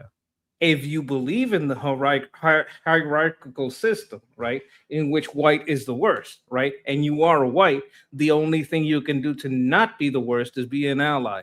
So they have to have these performances. They have to rile themselves up into a rage, because if they don't, then all they have left is their white guilt. Their existence is a privilege. Oh, yeah. Okay. Interesting. That's an interesting perspective. Yeah, they have nothing else, unfortunately, and they don't have. Yeah, I mean, they can't form like a group for themselves to bond over, because then that would be a white. Like you can't. Yeah, you're right. Like almost every other group of ethnic groups in the West have their own support group, but these people can't create a support group because that would be a racist. I don't know, white. Do you know what they usually do? What? They pretend to be queer, gay, bi, or something like that, but they never actually have a boyfriend. They just pretend. They're like, look, I'll wear a skirt. All right, I'll wear a skirt, and that'll be my oppression. I'm oppressed by this straight man, but I'm not actually going to touch another man's pee-pee. Okay. Neil Bunny with a super chat saying ban face covering and they'll suffer the consequences. Yeah, that's a good way. That's a good strategy. I'm in favor of that. Yeah, but there's a good reason to ban them, because it's really bad for security. Ban face covering. That Neil Bunny, that's genius. That will fix like most of the problem right away, because there will be even if there's not legal consequences to what you say and what you stand for, there are employment consequences. There are consequences in university. There's consequences in the job market. That's a genius idea. They should do that. That's a great idea. During the arrest, they're going to take it off. Like, even if it's just going to fine and you're not going to go to jail, they're just going to fine you, I don't know, $1,000 or whatever. When they arrest you, they're going to take it off and they're going to put it on the record. They're going to have the paperwork. So that's it. Just make them unemployed. Like, hey, there's freedom of speech doesn't mean for freedom from consequences. No face covering, and now you'll be unemployable the next time you do something like that, right? They came up with that. They love that. Let them live it. Yeah, exactly. And then Hezi with the super chat saying, definitely don't want to be in an echo chamber. More Karens, please. Yeah. Yes, yeah. Yes, we'll do. Thank you. And then Casey with the super chat saying, reinstate do you know what this is? The Palmer Act? And it's like an anti-communist law. They wanted to get rid of the communists, so it was illegal to like promote and do any kind of like all that. Wasn't that overdone? Wasn't that like the Red Square? No, that was underdone. That was underdone. Underdone? Underdone. Absolutely underdone. Okay. I would recommend a video from someone called Razor Fist, called Hollywood Was Always Red, that goes to speak about how this Red Scare and all the thing that went out with the trials that had to do with that were an exaggeration. Nothing much was done, and there wasn't a lot of consequences, and it was just like a show trial with very little consequences. Oh, look at this. We got a super chat saying, thanks, Grease Monkey and Armin. Thank you. Thank you. Thank you. From RJ Rap. How do you say this? Rappaport. Rappaport. Thank you. RG Rappaport. Ultra Sentience. Ultra Sentience saying, we have an epidemic of isolated echo chambers that are unaware of what their opposite is doing. That's why we're trying to do the opposite here. Okay, we're trying to show the opposition so we're aware of our ideological enemies.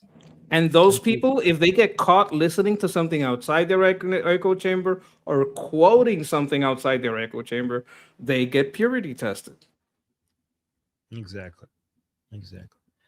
And then, by the way, guys, if you disagree with us in our discussion group, you are welcome to join our group calls with all the ideas that we disagree with. And you don't have to pay us. You could come join our open group calls in our discussion group. And even if you are for Islam, for communism, for I don't know what else, for the woke left, woke right, you could come there and debate us and talk to us. We won't kick you out for having bad views that are against us, but we will kick you out if you disrupt the conversation, if you don't let other people respond to you. Okay. And then we got another super chat by Flesh Interrupter saying, two-tier policing, they don't get arrested. These people, do they get arrested? Yes. Like the two-tier policing has been a problem a long time when it comes to these protests. It's been a problem since the Summer of Love, right? Like the only people to actually get some justice was oh my God, what's the name of this kid? Ryan, the kid that defended himself, but he had a rifle and they were trying to take it away from him. Chad, help me out here. Like, he's the only one that got a fair shake, but there was in blue cities, there was a lot of no policing, the police stepping away and allowing these people to just rampage and destroy the property. But mostly in blue cities, you couldn't do that in red cities or red towns because the police would just arrest you. You got Kyle Rittenhouse, not Ryan, Rittenhouse. Yes. So he was the only one to actually get some police, and he went to hell to get it. But there is definitely two-tier policing in blue cities, and we can see that by the way they released people like the guy who killed Irina Zuruska, the guy who killed, oh my God, there's so many people that they killed in these cities that they just release these offenders over and over again. I'm gonna give you some names right now. Lawrence Reed, the guy who the killer, Lawrence Reed, was arrested 72 times before he killed Bethany McGee. De Carlos Brown Jr. had 14 arrests before he killed Irina Zuruska. Logan Federico, right? She died at the hands of Alex Dickey, who had 39 arrests, right? This is all the result of two-tier policing. Yeah. Wow. Neil Bunny gave us a super chat, so I put it on the frame that she's talking about, saying baseball cap guy, this guy on the left, he's a patriot. He got laid at university. This crazy commie over here never even touched a boob. not having a real relationship ever makes men angry and violent. That is very true. A lot of this frustration does come from not getting laid. I know a lot of people think it's just a joke saying that, but it is actually true. Incels and femcels are a problem. Yeah, like a lot of the world's problem is from young men who don't get laid. It's Look, interesting. I'm just gonna, you call me woke, but I think it's women too. We can't just say the men. We got to be equal opportunity here. young women who can't get laid because whatever, they don't want to exercise, they're stuck in their blue bubble, and they think fat is beautiful. They're a problem too. They're a problem too. Yeah. No. The only reason we say young men is because they are the fighting force in armies, Physical, in the physical realm. Like the women do more organizing and they get more of the online traction. But yeah, I absolutely agree. Well, the women, some of the women are responsible for creating the threats to the whole family structure and the proper dating structure that causes all of this.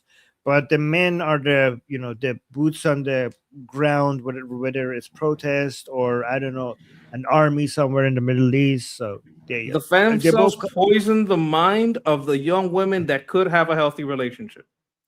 Yes, exactly. Okay. So it's just, they're both, both, the problem comes from both sides, but it's in different ways. Yeah. Okay. Let's see this video because I want to do a couple more videos before we move on. Oh, wait. Let's do Shauna. Shauna gave us a super chat saying it's effed up too because it's largely white kids going to protest and burn down minority neighborhoods under the guise of protecting minorities. Wow, what the irony. This is very, very true. And they talk to these people. Like I've seen this a lot. This has been going since the Michael Brown case. Yeah, I think since the Michael Brown case, that has been the case. So that's when Black Lives Matter got started. Hands up, don't shoot, all that stuff. That since then, I think maybe even since, oh my God, there was another case in Florida. I forgot the name of the guy. But it was a Latino that stopped a guy that was allegedly doing a robbery in progress. And ever since those days, even before Michael Brown, this has been the case. They make these protests. Trayvon Martin, that's the guy. Trayvon Martin, ever since that case, it's been like this. They go and they do this in a black neighborhood and they get bussed in, right? And they do this organization. They start this. They start fires. They burn local businesses. And sometimes it's funny sometimes because sometimes they'll go into the wrong neighborhood, right? And they're trying to do this disruption, and try to burn things. And then the thugs show up and say, "You're gonna do what?" And they got flashed with some pieces, and then they go away. No, okay, I'm out. You know what I'm saying? The real community, like sometimes not even the nice ones in the real community will come out like, you're not even from here. Get the hell out of here with that stuff. You're not burning nothing.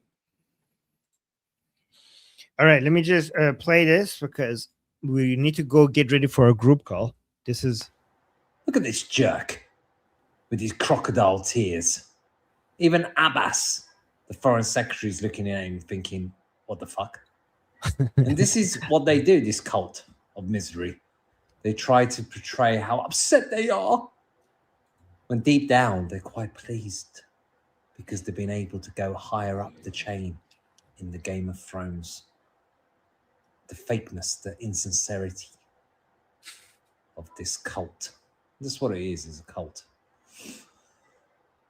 What do you think, folks? Bro, that side eyes is Alabath. It's the fake of the fakes.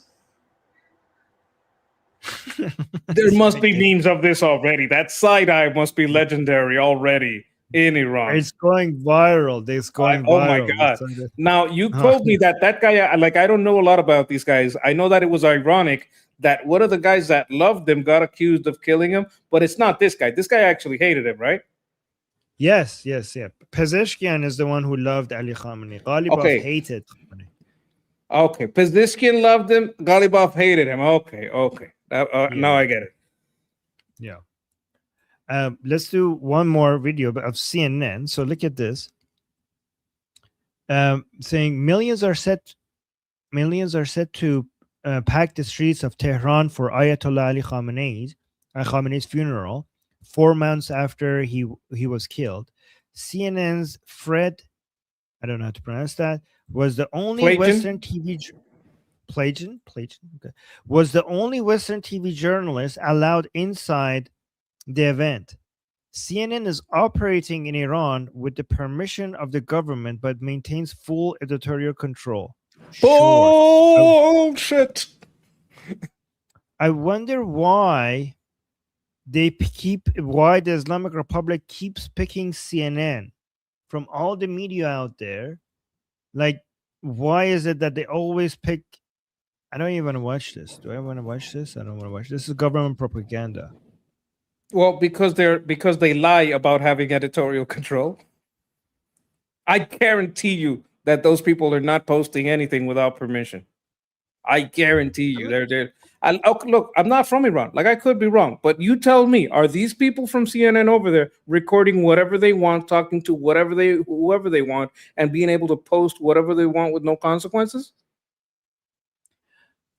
So no, so if you watch this clip, I don't know if you guys want me to play it or not, but if you watch it, you could see that the CNN is participating in making it look like a big deal, like it's a big event, like it's going to be magnificent and stuff like that. So, I mean, guys, there's a reason why the Islamic Republic keeps picking CNN as the only media that they allow in to come out, and give report, because they must like their coverage. Like, why would they continue? Why do they continue to allow CNN and nobody other than CNN?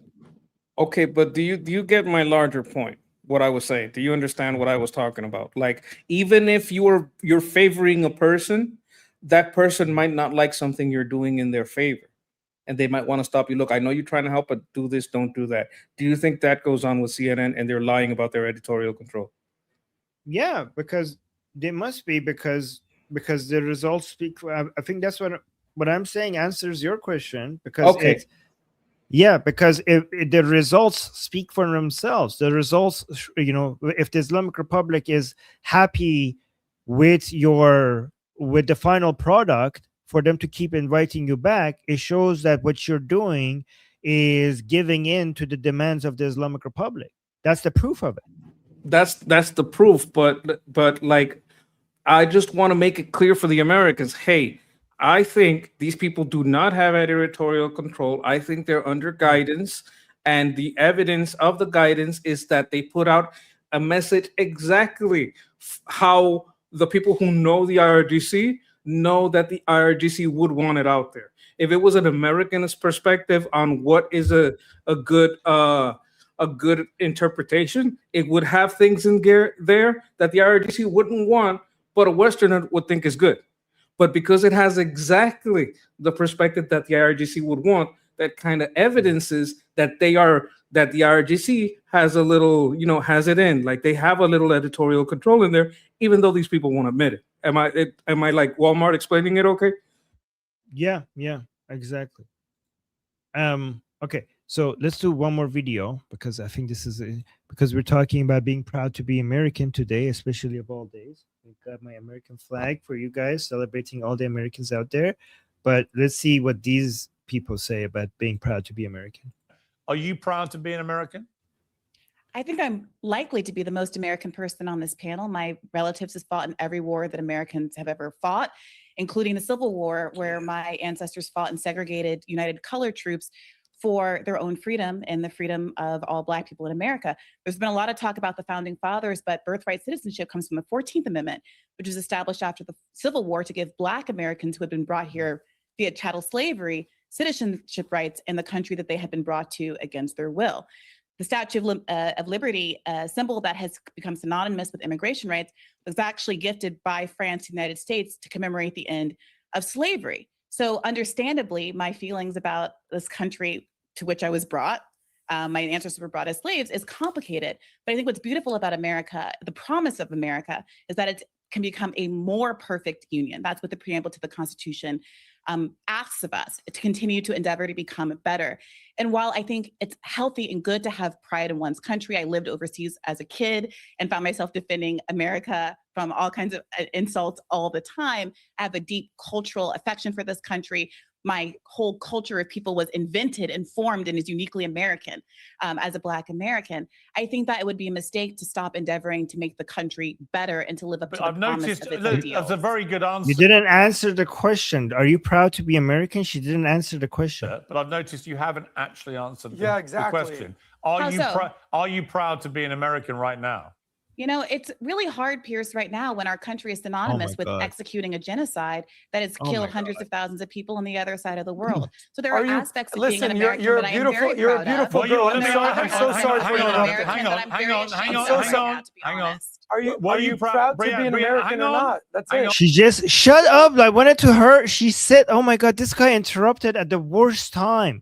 She said that she's ashamed to be American. Don't when she's exposing her, don't interrupt people when they're exposing themselves. God damn it! Who is this Now, when idiot? our country is Oh yeah, he's part of the PBD podcast. Shut up! She's exposing herself. There it is. genocide that has killed hundreds of thousands of people on the other side of the world. So there are, Are you- aspects of being an listen, American you're a that I am beautiful- very you're a proud beautiful of. girl. And there are I'm so others sorry that for are interrupting. American Hang that on, I'm hang very on, ashamed hang of on, right hang on, Very ashamed of. now, to be hang on. honest. Are you proud to be an American hang or on, not? That's hang it. on, Brianna. Were you proud to be an Oh my American under God. Barack Obama?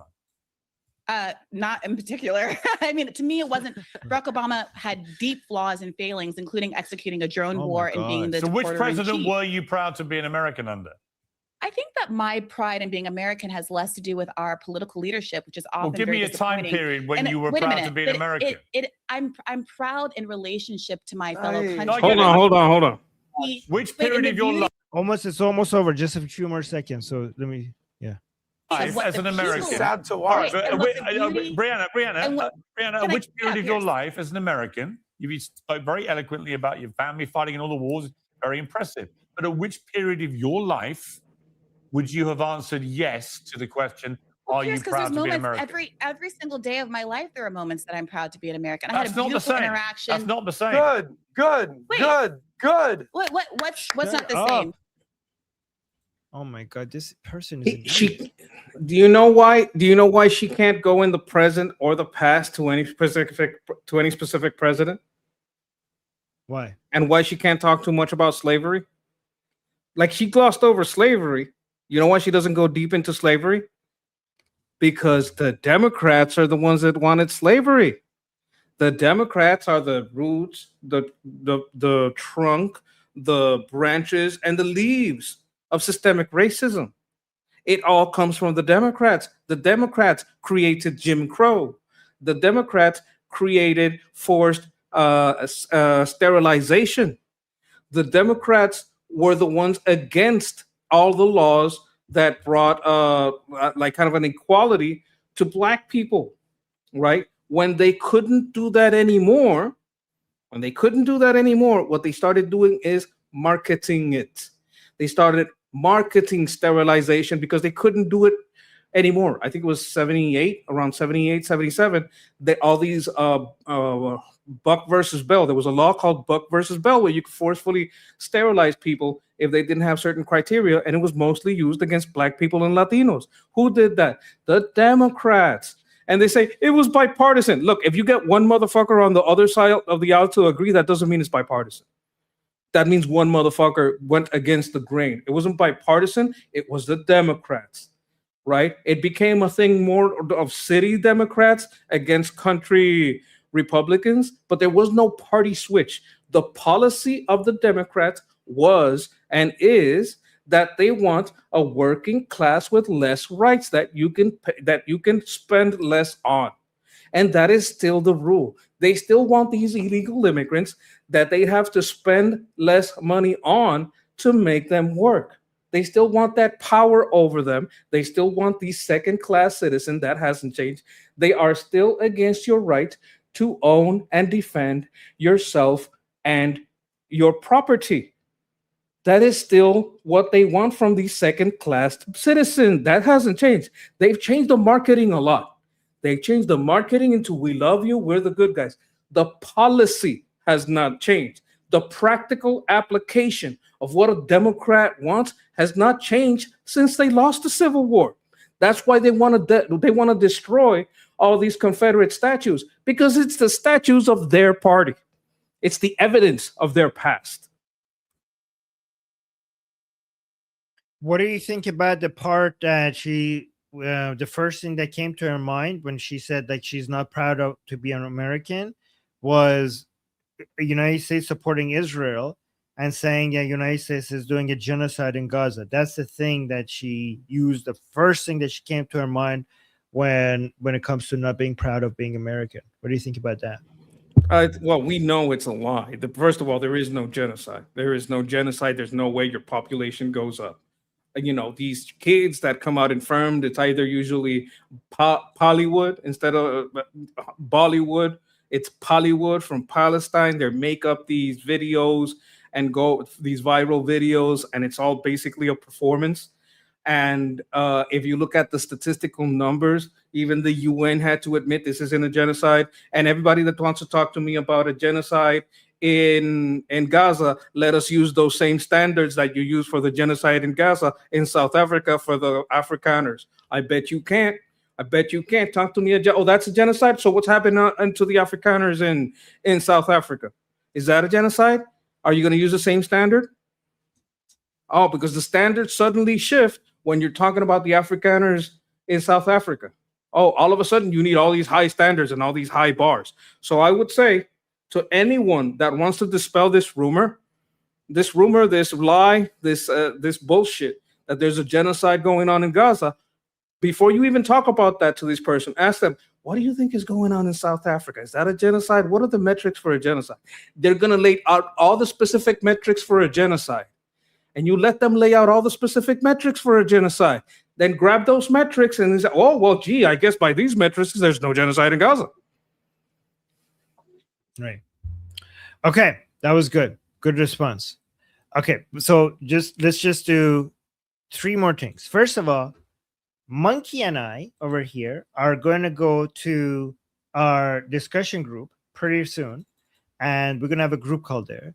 So I'm going to put the link in the chat. The link is also in the QR code. It's also in Liberty Politics bio section here. It's also in the description of this video you're watching. So you don't, by the way, if you don't want to come to our group call, you could just watch it on Liberty Politics. And, we're going to go live in about 30 minutes from now, 28 minutes. So that would be this one. You could watch our discussion live there. And so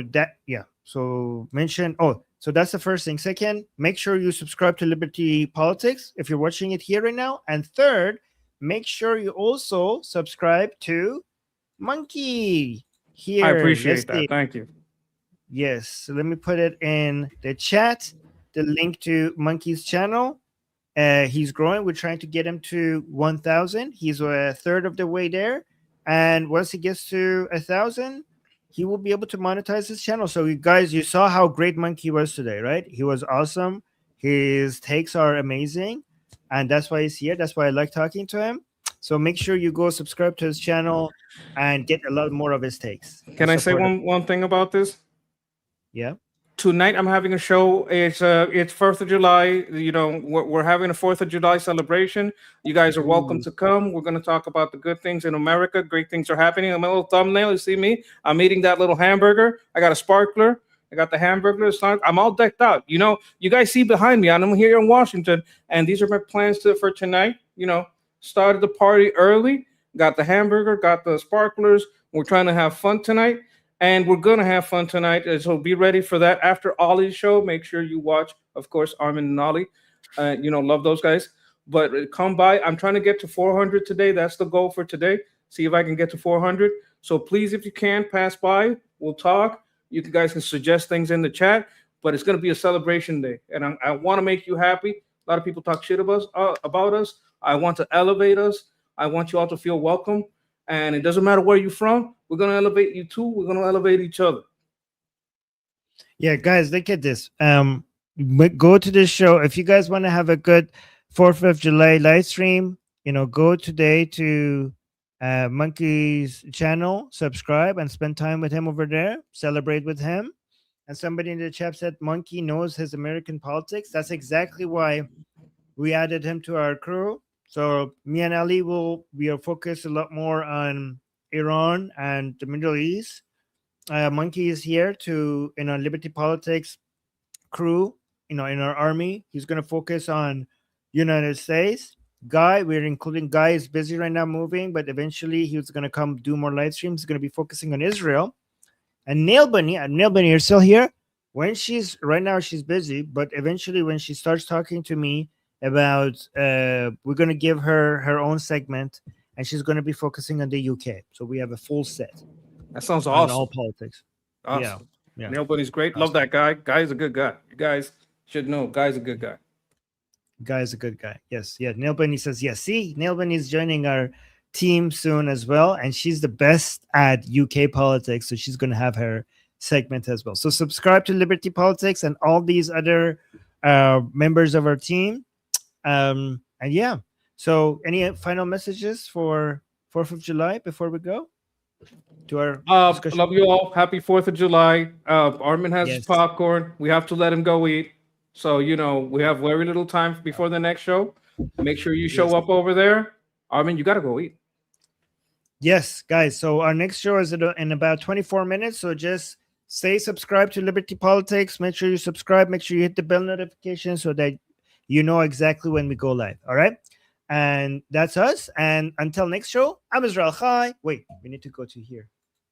Because, okay, there we go. Because I also need to show off this new design for today that we have over here. Okay. It's beautiful. So it's beautiful. Look at this. It has a cute 4th of July down here as well. See? So I'm Israel Chai. Slava Ukraine. Cuba Libre. Long live America. Javicha. Payandera. See you guys soon.